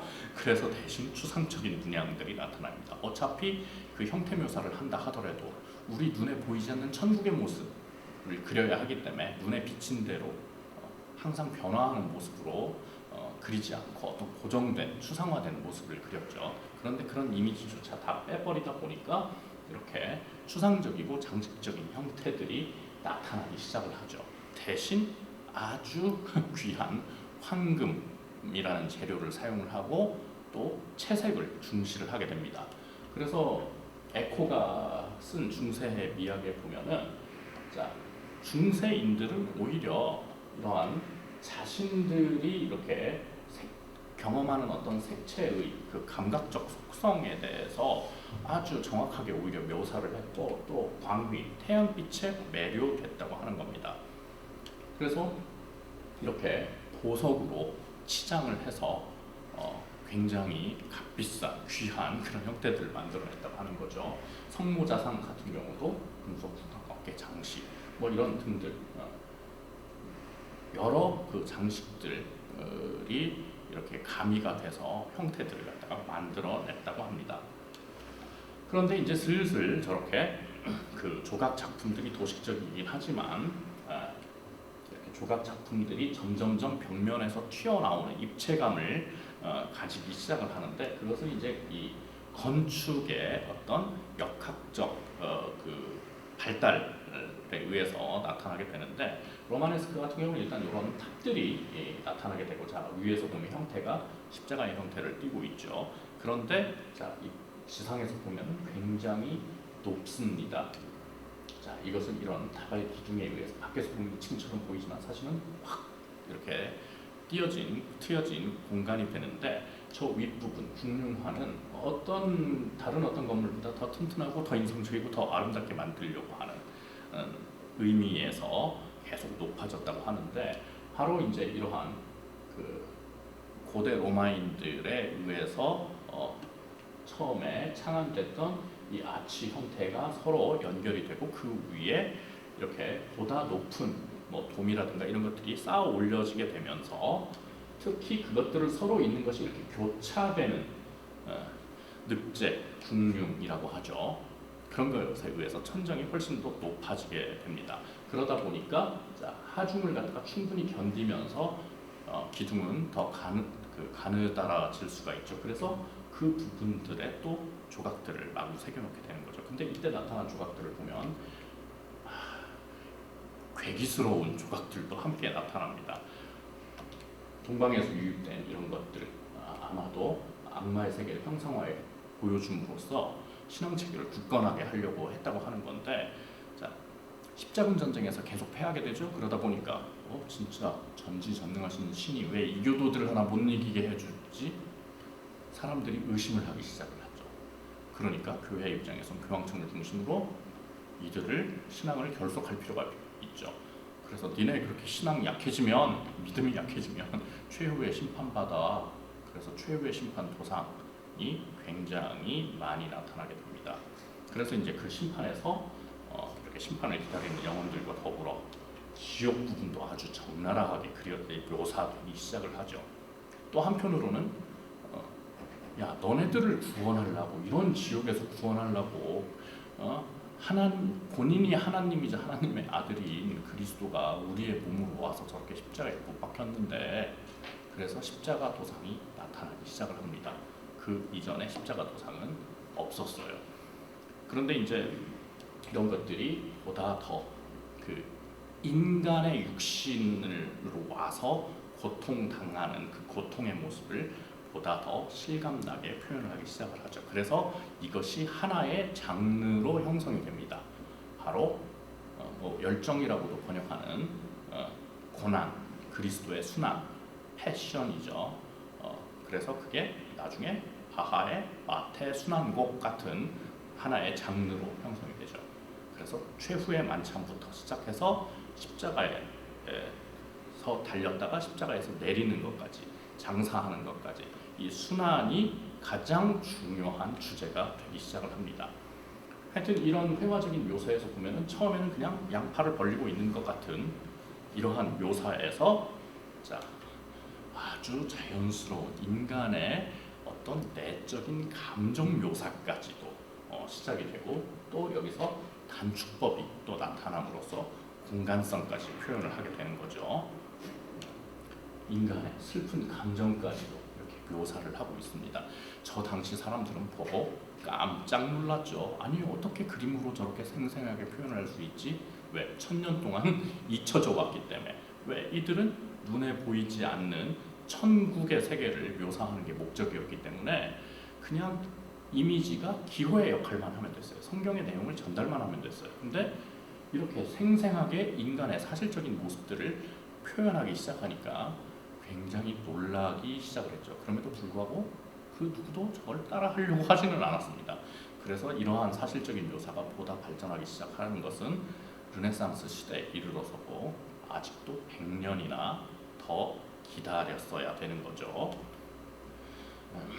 그래서 특히 지오토 같은 경우 가끔 책에 보면 이렇게 그 짧게 조토 이렇게 써놓는데 발음 조심하셔야 돼요.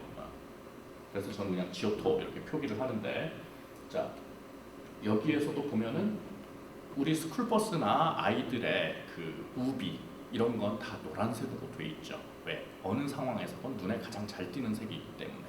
자, 일단 성스러운 것을 표현할 때 황금색으로 표현을 하게 되어 있지만 화면 전체에서 그리스도가 주인공이잖아요. 이 시대를 생각해 보면. 그런데 위치가 배신자 가룟 유다가 가운데 있나요? 가운데 있네요. 그러면 가룟 유다가 배신자일까요? 아니죠. 자, 우리의 눈이 화면 전체에서 즉각 요 부분을 보게 되고 요 주름과 동작에 의해서 쭉 그리스도로 향해 올라가게 되죠. 저는 지금 말을 하는데 벌써 한 10초가 지났는데 우리의 눈은 그것보다도 빨리 즉각적으로 이끌리게 되는 거죠. 즉 시각성이라고 하는 것의 중요성이 본격적으로 표현되기 시작을 합니다. 거기에다가 이렇게 눈동자의 대비를 통해서 어떤 내적인 감정까지도 표현을 하게 되죠. 어쨌든 이러한 그 묘사들은 빛의 표현이라고 하는 것에서 절정을 이루게 되고, 그 대표가 이제 스테인드 글라스가 되는데, 그것은 자 외부의 빛이 이 안으로 들어온다고 하는 인트루전이라고 하는 기독교 신학의 가장 핵심 개념을 실제 공간 안에서 구현을 하고 있습니다. 이 장미창이 이제 아미양 대성당에 굉장히 유명한데, 이렇게 높이 올라갈 수 있었던 것은 자 외부로 이렇게 지탱을 하는 내부 공간을 그대로 충분히 사용하기 위해서 버트레스라고 해가지고 이 기둥의 받침대를 바깥으로 뺍니다. 즉 하중을 갖다가 바깥쪽으로 분산을 시키는 거죠. 거기에다가 높이 올라간 애들끼리 지금 여기에서도 흔적이 나타나고 있는데, 공중부벽이라고 해가지고 자 외부에다가 이렇게 구축물을 세워두고 서로를 지탱을 해줍니다. 가령 예를 들어 우리가 뭐 다이소 같은 데서 뭐 조립식 의자를 하나 간단하게 샀다. 그러면 의자가 다리 4개만 있는 게 아니라 거기에 사이에서 아주 얇은 기둥줄이 하나가 들어가면 그게 얇더라도 훨씬 더 견고하게 붙잡아주죠. 그러한 원리하고 비슷한 건데 이런 것들이 더욱더 건물의 높이가 올라가도록 하게 되고 실제 기둥은 자 이런 부분들의 하중을 갖다가 분산을 시키기 때문에 거기에 조각들이 새겨지고 창을 벽을 갖다가 툭 털어내고 창을 넣어서 빛을 채광할 수 있는 공간으로 만들게 된 거죠. 그래서 이렇게 높아지게 됩니다. 뻥 뚫린 바깥에서 보면 한 4층, 5층의 건물과 같은 그러면서 비로소 회화와 조각이 점점 건축의 장식적인 부분에서 독립적으로 형성이 되게 되고 바로 르네상스 시기에 와서 완전히 지금 우리가 부르는 회화예술, 조각예술이라고 하는 즉 미술이라고 하는 장르로 독립되게 됩니다. 그래서 이제 피사노가 묘사한 회화와 조각 벌써 이때부터 그 인식들이 드러나기 시작을 했다는 걸 알 수가 있는데 이것들이 완전한 예술적 지위를 본격적으로 획득을 하게 된 것은 사실은 전성기 르네상스 시대 한 200~300년에 한 번씩 태어날까 말까 한 천재들이 동시대에 그냥 태어나 버렸죠. 특히 피렌체를 중심으로 회화에선 레오나르도와 라파엘 그리고 조각에선 도나텔로와 미켈란젤로 이들보다 앞서서 100년 동안의 전통이 있었지만 이들이 어떤 그 이후에 중요한 원리들, 규범들을 완전히 확립을 시켜놓고 최고의 수준으로 끌어들였기 때문에 하이 르네상스, 전성기 르네상스라고 부르게 되는 거죠. 자, 이 4명의 이름은 누구의 이름입니까? 닌자거북이의 이름이죠. 이 4명이 이들의 이름을 딴 거예요. 자, 레오나르도가 그린 최후의 만찬 같은 경우 보면 다빈치 코드에 보면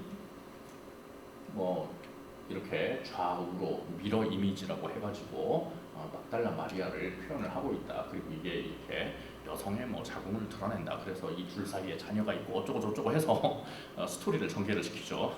천만의 말씀입니다. 이미 이 최후의 만찬 조금 전에도 설명했듯이 순환 시리즈 그리스도의 순환 시리즈에서 그 순환이 최후의 만찬에서부터 시작이 되는 거죠. 그래서 최후의 만찬이라고 하는 것이 굉장히 중요한 도상으로 자리를 잡았고 여기에서 이 세례 요한 실제 성경의 묘사를 바탕으로 해서 세례 요한이 아니고 사도 요한 죄송합니다. 사도 요한이 12제자 중에서 나이가 가장 어렸어요. 우리도 가끔 사극에서 보면 왕의 모습을 표현할 때 막 젊었을 때 왕이 되면 수염이 없죠. 근데 조금 더 시간이 지난 걸 묘사를 하려면 수염을 갖게 합니다. 실제로 그때 그렇다고 수염이 없었겠어요? 20대인데 있었죠. 그럼에도 젊음을 표현하기 위해서 수염이 없는 상태로 표현을 하다가 나중에 나이가 들면서 수염이 붙은 모습으로 표현을 하죠. 여기서도 마찬가지예요. 그래서 그 요한계시록까지 쓰고 세상을 떠나기 때문에 연대를 추정을 해보면 한 18살 정도일 거라고 추정을 하니까 그러한 어린 모습으로 표현을 하기 위해서 저렇게 묘사하다 보니까 여인처럼 표현이 된 거죠. 미켈란젤로의 스승이었던 기를란다이오 역시 이 똑같은 주제를 여러 곳에서 의뢰를 해가지고 그리게 되는데 여기서도 비슷한 모습 실제로 슬퍼하면서 그리스도의 이렇게 품에 안겼다고 하죠. 그 모습을 표현을 하고 있습니다. 거기에다가 이제 가룟 유다를 이렇게 바깥으로 빼서 누가 보더라도 가룟 유다인지 알 수 있게 했었는데 레오나르도는 완전히 다른 방식으로 묘사를 했죠. 그래서 몸을 뒤틀고 다른 제자들은 측면이라 하더라도 얼굴에 윤곽이 또렷이 나타나고 눈의 표정이 드러나는데 아까 지옥토의 작품에서처럼 음영 속에 가려져 있어서 다른 이들과 무리에 섞이지 않죠. 게다가 지금 이러한 각각의 동작 실제로 3년 동안 그림을 그렸지만 실제 그린 그림의 시간이 3년이 아니라 레오나르도는 이 당시에 그 밀라노의 스포르자 성에 이렇게 이렇게 있으면서 궁정 화가이자 또 본인이 자청해서 궁중 요리사가 되죠. 완전히 요리에 빠져 있었죠. 그래서 처음에 이거를 갖다가 항상 뭘 태워 먹고 사고를 치고 이러니까 골치 덩어리였는데 마침 최후의 만찬을 그려달라고 하는 요청이 오니까 스포르자가 이거 가서 그리라고 시켰어요. 처음에 시큰둥했는데 자, 최후의 만찬이잖아요. 음식을 놓잖아요. 그러니까 그것에 호기심을 가지고 그림을 그렸는데 도대체 그리스도가 무엇을 먹고 무엇을 마셨을까 맨 마지막에 그거 연구하느라고 심지어는 이 수도원에 포도주까지 다 동네를 정도로 그걸로 거의 2년 반을 지냈습니다. 물론 그동안에 꾸준히 스케치를 해서 아주 많은 양의 스케치를 남겨놓기는 했지만 실제 그림을 그린 것은 3개월 안에 완성을 했다고 하죠. 근데 이제 막 재료를 자기 마음대로 실험적으로 막 쓰다 보니까 이미 레오나르도 생전 당시에 이렇게 물감들이 다 벗겨지기 시작을 했다고 하죠. 그래서 각각의 사도들의 특성을 성경을 꼼꼼하게 읽고 그 특성들을 파악해서 묘사하기 위해서 마치 지금 우리가 드라마나 영화의 한 장면에서 그리스도가 이 중에 날 팔릴 사람이 있다고 하는 그 소리에 깜짝 놀라는 그 순간에 스냅샷처럼 묘사를 해놓고 있습니다. 그래서 각 인물들의 이런 성격들을까지도 잘 표현을 하고 있는데 또 다빈치 코드에 보면은 뭐 광배가 없다고 뭐 하는데 사실은 자 그리스도의 얼굴이 살짝 왼쪽으로 이렇게 갸우뚱하죠. 거기에 정면에 소실점을 두고 공간감을 표현을 하고 있습니다. 실제로 그림을 그리려고 보니까 못자국이 하나 있더래요. 그래서 레오나르도가 그것을 소실점을 잡아서 그림을 그렸다고 하는데 저 뺨에서 보면은 요쯤에 이렇게 찍혀 있죠. 소실점이. 이 소실점을 중심으로 빛이신 그리스도를 그 자체에 따로 광배를 그리지 않고 바깥에 있는 빛, 그래서 우리의 공간에 와 있는 빛. 왜? 이것이 바로 식당에 그려진 한쪽 벽면에 그려진 그림이었기 때문이죠. 그래서 어느 특정한 공간에서 보면 이 실제 공간과 저 그림 안의 공간이 쭉 연결되는 것처럼 보입니다. 즉 임마누엘, 지금 우리와 함께 있는 하나님을 표현하는 방식이었던 거죠. 그러니까 레오나르도의 천재성이 유감없이 이렇게 발휘가 되는데 바로 저런 공간감은 르네상스 시대에 굉장히 중요한 어떤 선언근법의 발명에 의한 건데, 자, 이 둘 중에 어떤 게 더 커 보이십니까? 당연히 얘가 더 커 보이죠. 왜? 우리는 저 멀리 갈수록 작아진다고 생각을 하니까. 근데 사실 선만 지우고 나면 크기가 똑같죠. 자, 우리가 똑같다는 걸 확인하고 봐도 크게 보이죠. 여기서 우리가 알 수가 있습니다. 본다고 하는 것은 눈에 수동적으로 비치는 것이 아니라 우리가 알고 있는 지식이나 어떤 생각들을 투영시켜서 보기 때문에 이거를 똑같다는 걸 알고 보더라도 우리가 알고 있는 공간 지각을 통해서 볼 때 바로 내려다 봐도 크게 보이게 되는 거죠. 어쨌든 이게 선언근법의 원리인데 평평한 2차원의 평면에 수학적인 계산을 통해서 공간감을 갖다가 드러내게 되고 사물의 입체감을 나타낼 때 저렇게 음영을 드러내게 됩니다. 그래서 이런 것이 하나의 소실점을 갖는 단일 시점에 의한 선 원근법의 예들이 되는데, 이러한 원근법이 처음 적용이 됐던 것은 마사치오의 성삼위일체라고 하는 작품입니다.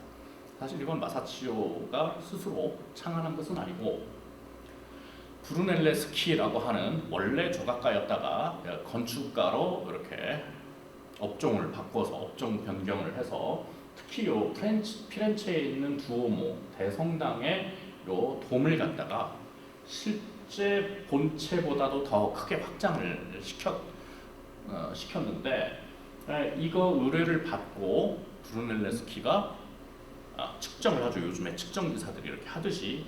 그러면서 발견한 사실이 있습니다. 이전 사람들도 알았어요. 가까이 있는 건 더 크게 보이고 멀리 있는 건 작게 보인다는 거. 근데 브루넬레스키가 측정을 하다 보니까 조금 전에 봤던 도식처럼 아주 일정한 수학적 비례에 의해서 커졌다 작아졌다 하는 것을 파악을 하게 됐던 거고, 이건 좀 넘어갈게요. 요 조각경산에서 패해서 건축가로 전향을 했는데, 그거를 갖다가 우리의 시점에서 관찰 시점에서 쭉 공간 안으로 밀려 들어가도록 표현해보라고 젊은 뛰어난 그 화가였던 마사치오에게 이렇게 권유를 해서 처음으로 구현된 것이 이 성삼위일체라고 하는 작품입니다. 그런데 자, 이 시점, 소실점을 너무 낮게 잡았죠. 그러니까 이렇게 기울어지는 것처럼 보이죠. 근데 불과 7년 만에 저 북유럽에서 얀바나이크에 의해서 아르놀피니 부부의 초상이라고 하는 데에서 보면 자,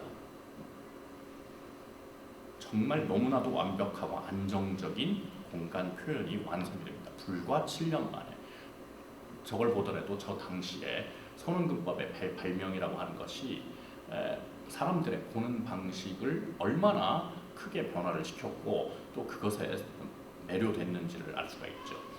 자, 이 아르놀피니 부부의 이 결혼식 초상은 일단 이 거울에 이제 이 그림을 그린 제작자가 증인으로서 모습을 보인 지금까지 알려진 것 중에 최초의 작품이기도 하고 또 기법상으로 봤을 때 지금 우리가 사용하는 유화의 비율이 최초로 적용돼서 그려진 작품입니다.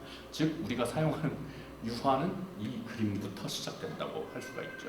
자, 유화가 완전히 그 온전한 비율로 확정이 돼서 사용이 됐다. 이게 시사하는 바가 큽니다. 왜? 유화는 이제 간단한 천의 기초 작업만 하면은 그림을 그릴 수가 있죠. 즉 벽에 크게 붙어 있는 육중한 곳에 그리는 프레스코라든가 다른 템페라 같은 재료들에 비해서 훨씬 더 만들기도 쉽고 훨씬 더 색감을 두드러지게 할 뿐만 아니라 자, 재료의 사이즈, 그동안에는 막 두꺼운 나무 판에다가 그리고 이랬는데 재료가 가벼워지죠. 그리고 크기를 조절할 수 있죠. 그래서 우리가 흔히 사용하는 캔버스 회화가 탄생을 하게 됩니다. 이렇게 이젤 위에다가 세워놓고 캔버스를 그린다고 해서 이젤 회화 이렇게 부르죠.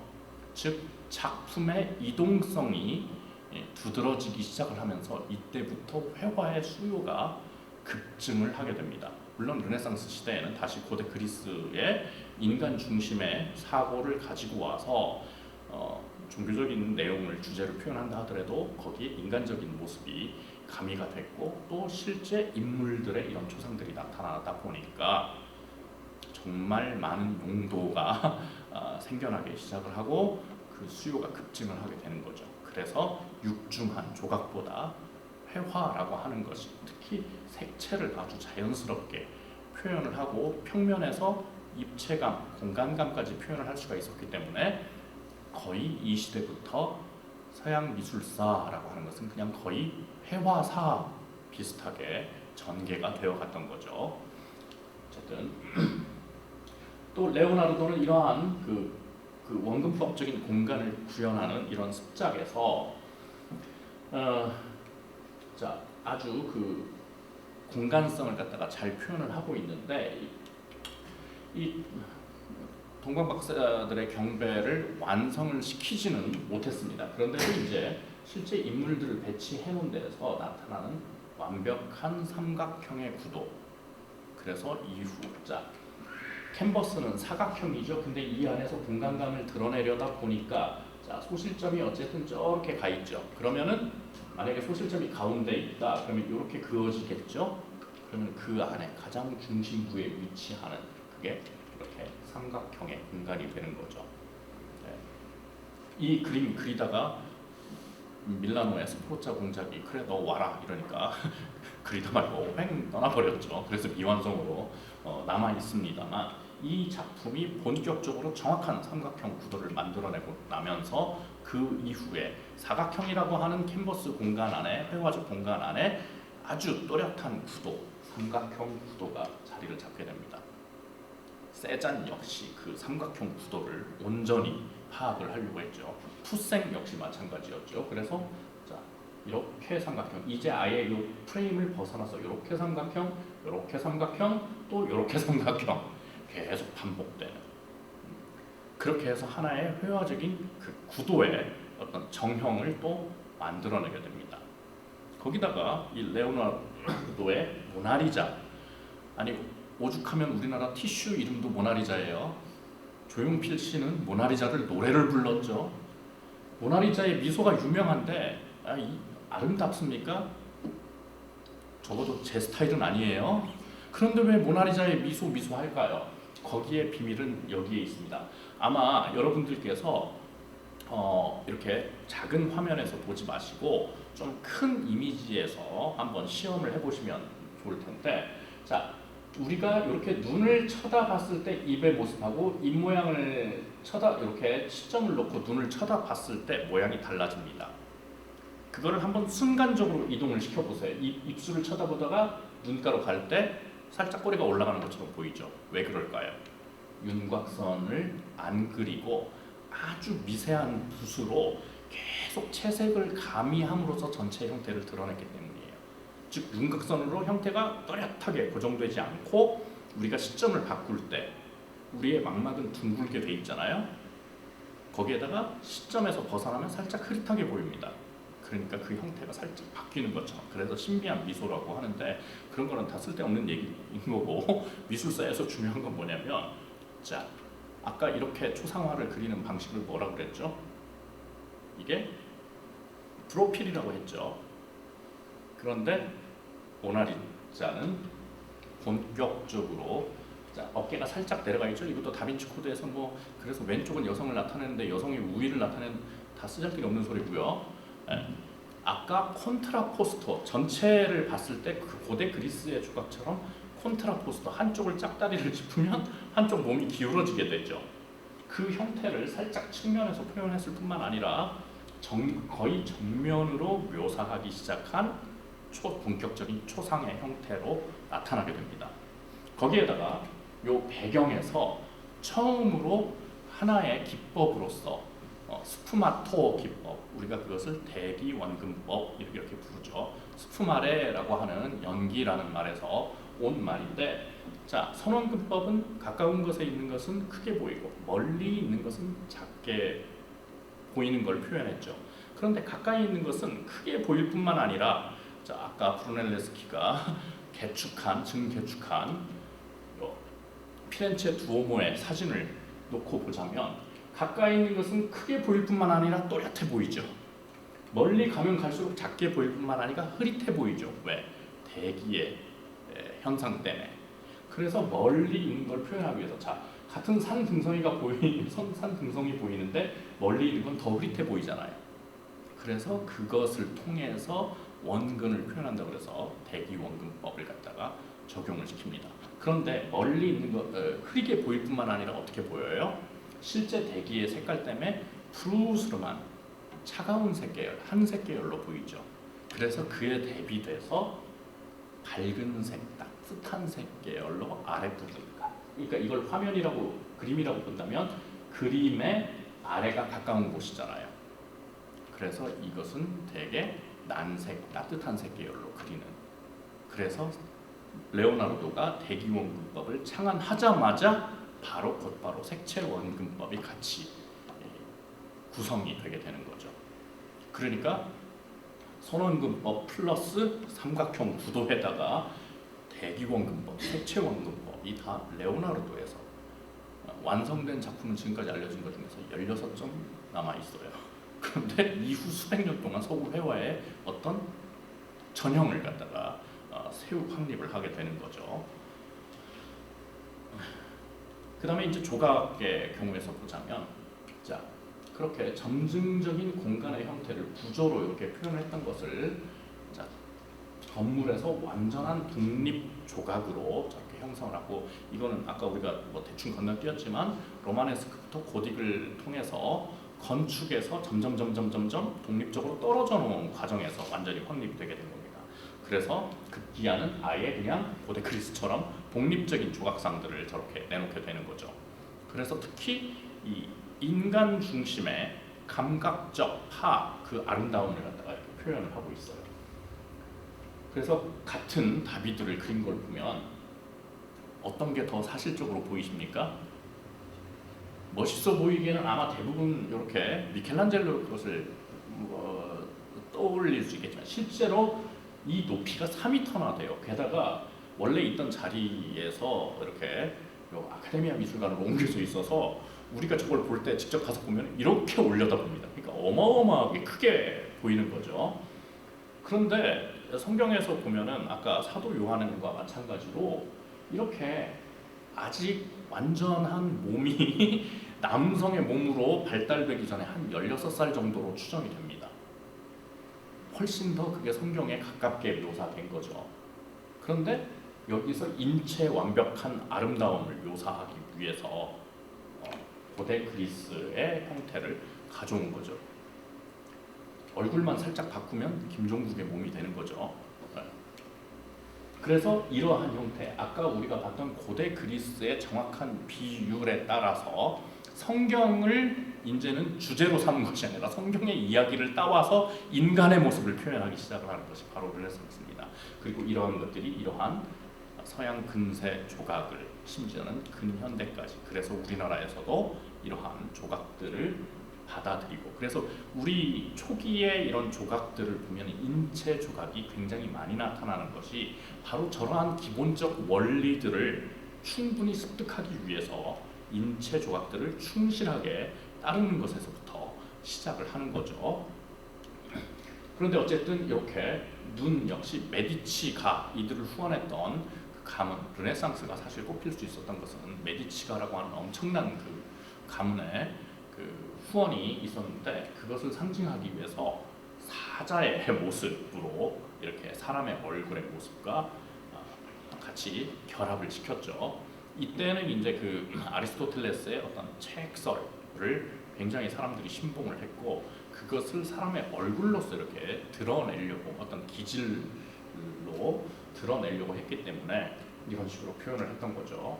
근데 이제 이러한 신체 비례는 사실 레오나르도가 이렇게 해결을 했던 비트루비우스의 인체 비례에 의해서 보다 더 아주 완전한 근거를 갖추게 되었던 겁니다. 어떻게 그걸 풀어냈는지는 시간상 통과하기로 하고, 자, 미켈란젤로는 이미 22살, 3살 때 요 피에타상을 갖다가 만들었다고 하죠.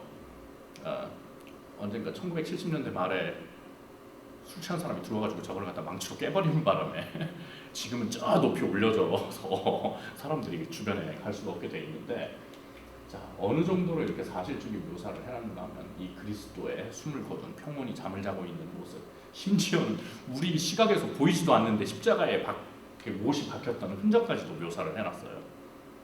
그리고 여기에다가 자기 서명을 해놨죠.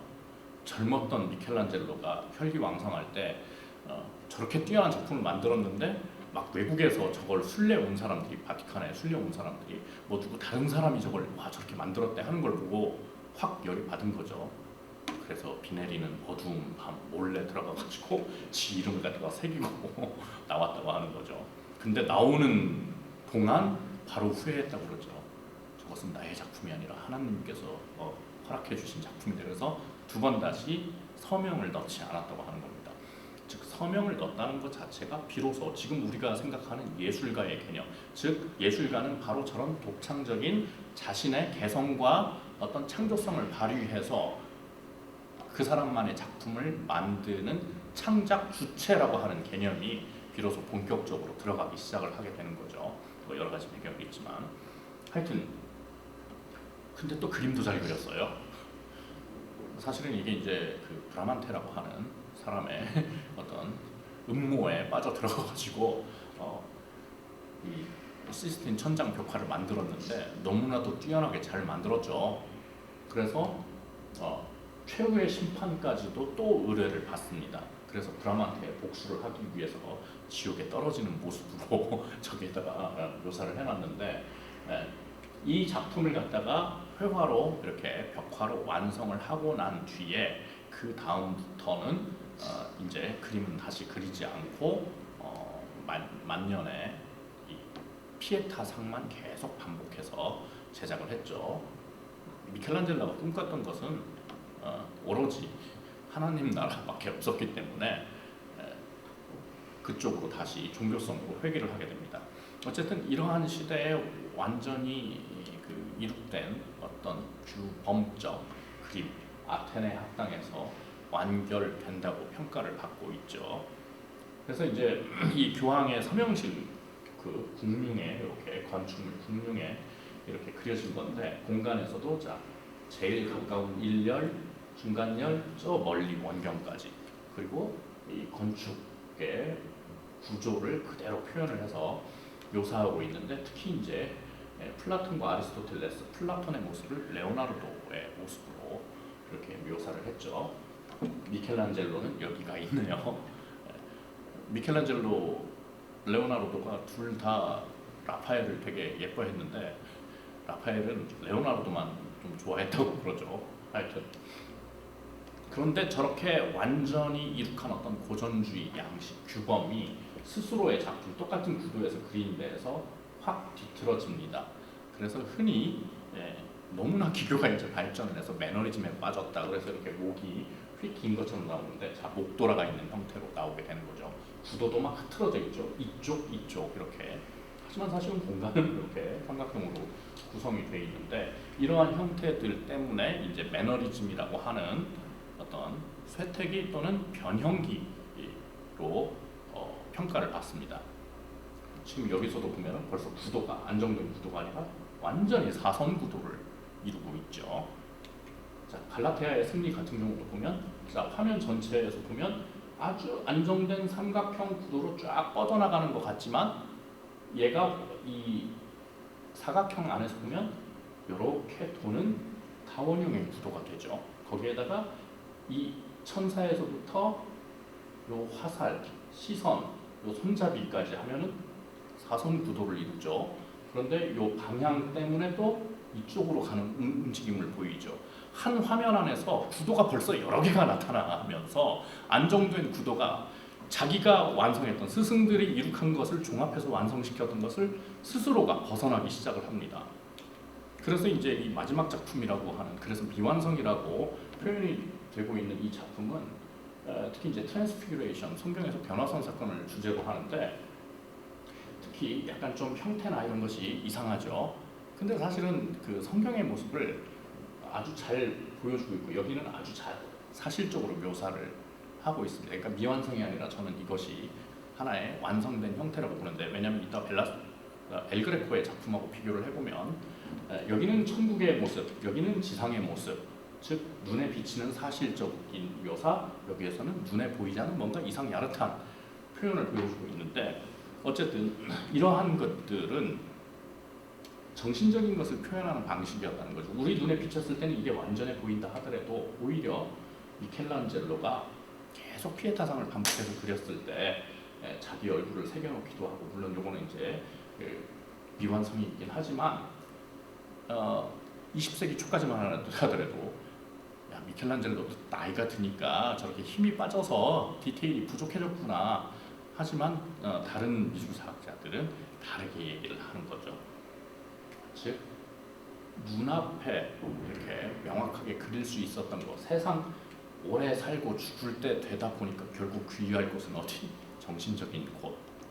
그래서 눈에 비치는 그대로 묘사하기보다 어떤 정신적인 것을 종교적 정신성이죠. 그래서 그것을 표현하기 위해서 오히려 과감히 생략을 하기도 하고 또 요 주제를 계속 반복해서 그렸다고 하는 겁니다.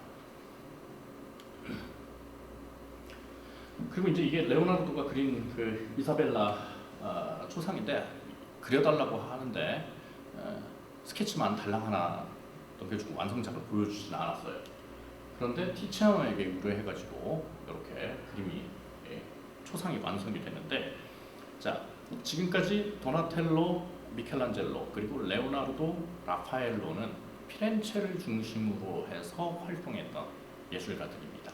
그런데 지금 베니스 비엔날레가 열리는 저 북부 이탈리아의 베네치아에서는 이 티치아노라고 하는 거장이 나타나게 되면서 베네치아 화파와 피렌체 화파는 그 이후 서양 미술사의 전개에 큰 두 가지의 물결로 나뉘게 되죠. 일단 티치아노도 이렇게 그 인물 초상에 아주 뛰어났지만 이 베네치아 화파는 또 벨리니에서부터 시작을 합니다.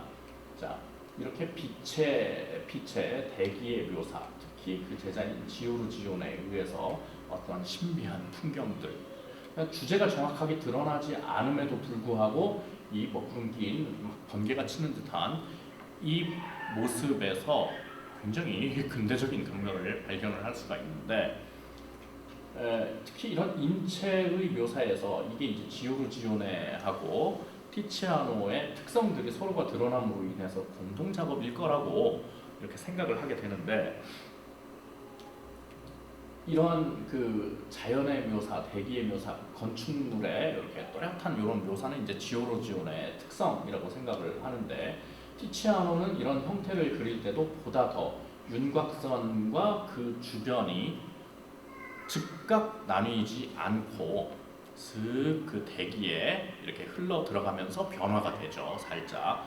그래서 빛과 색을 굉장히 중요하게 다뤘어요. 그러니까 피렌체 화파는 또렷한 윤곽선을 통해서 형태를 명확하게 표현하는 게 회화 예술에서 중요한 주제가 됐다면, 베네치아 화파, 물의 도시라서 아마 빛의 반사에 더 민감했겠죠. 그거를 회화적으로 표현을 하려다 보니까 또렷한 형태보다는 그것들을 회화적 붓질에 의해서 표현해서 드러내고자 하는 빛과 색채 회화로 발전을 하게 됩니다. 즉 형태와 색채라고 하는 두 가지의 거대한 뿌리가 바로 이 르네상스 시대의 피렌체와 베네치아를 중심으로 해서 형성이 되게 되는 거죠.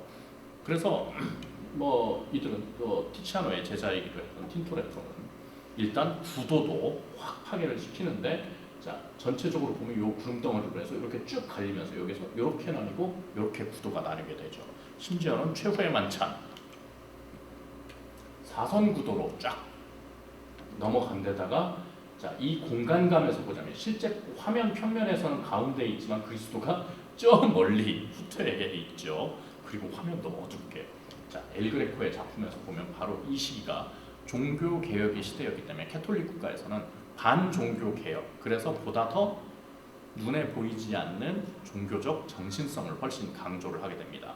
그러니까 엘그레코의 경우, 자 아랫부분은 실제 현실에서 일어나고 있는 부분의 묘사, 저 위에서는 빛을 통해서 우리 눈에 보이는 현실과는 다른 세계를 그리고 있는 거죠. 아까 라파엘의 작품하고 같이 놓고 보면 구도가 거의 비슷하죠. 그래서 사실적인 것과 정신적인 것을 서로 다르게 나타나게 됩니다. 그래서 이제 그리스도의 세례를 보더라도 비교 대상이 있으면 훨씬 더 비교하기 쉽죠. 이렇게 명증한 대기를 표현하고 또렷한 형태를 가지고 있는 것에 비해서 스페인의 엘 그레코는 바로 정신적인 빛의 표현, 중세적인 표현으로 다시 되돌아가게 되죠.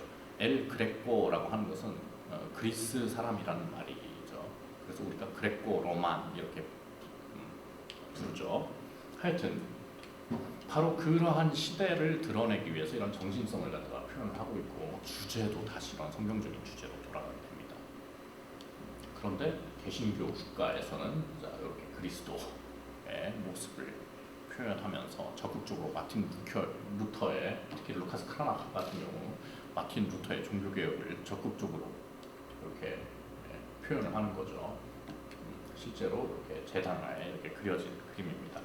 그래서 이들은 이탈리아 르네상스와는 다른 묘사를 해내게 되는데, 오히려 정확하게 사실적으로 그리는 것도 이렇게 쭉 늘어져서 이러한 고통을 표현함으로써 다른 방식의 어떤 느낌을 전달을 하죠. 그 중에서도 이제 가장 대표적인 예술가는 알브레이트 듀러인데, 특히 비례론을 갖다가 연구를 해서 신체 비례를 갖다가 이렇게 다시 회화해서 적용을 시키고 또 자기 자화상을 마치 그리스도의 모습처럼 이렇게 표현해서 당시에 완전히 큰 문제를 일으키기도 했었죠. 근데 이러한 들풀 그림을 그린 거 보면 정말 무슨 식물 도감에 나오는 그리고 사진으로 찍은 것처럼 정말 그 뛰어난 모습 묘사력을 갖추고 있죠. 그래서 이 시대에는 바로 이러한 정신성과 사실성이라고 하는 어떤 대비를 통해서도 우리가 작품들을 볼 수가 있습니다.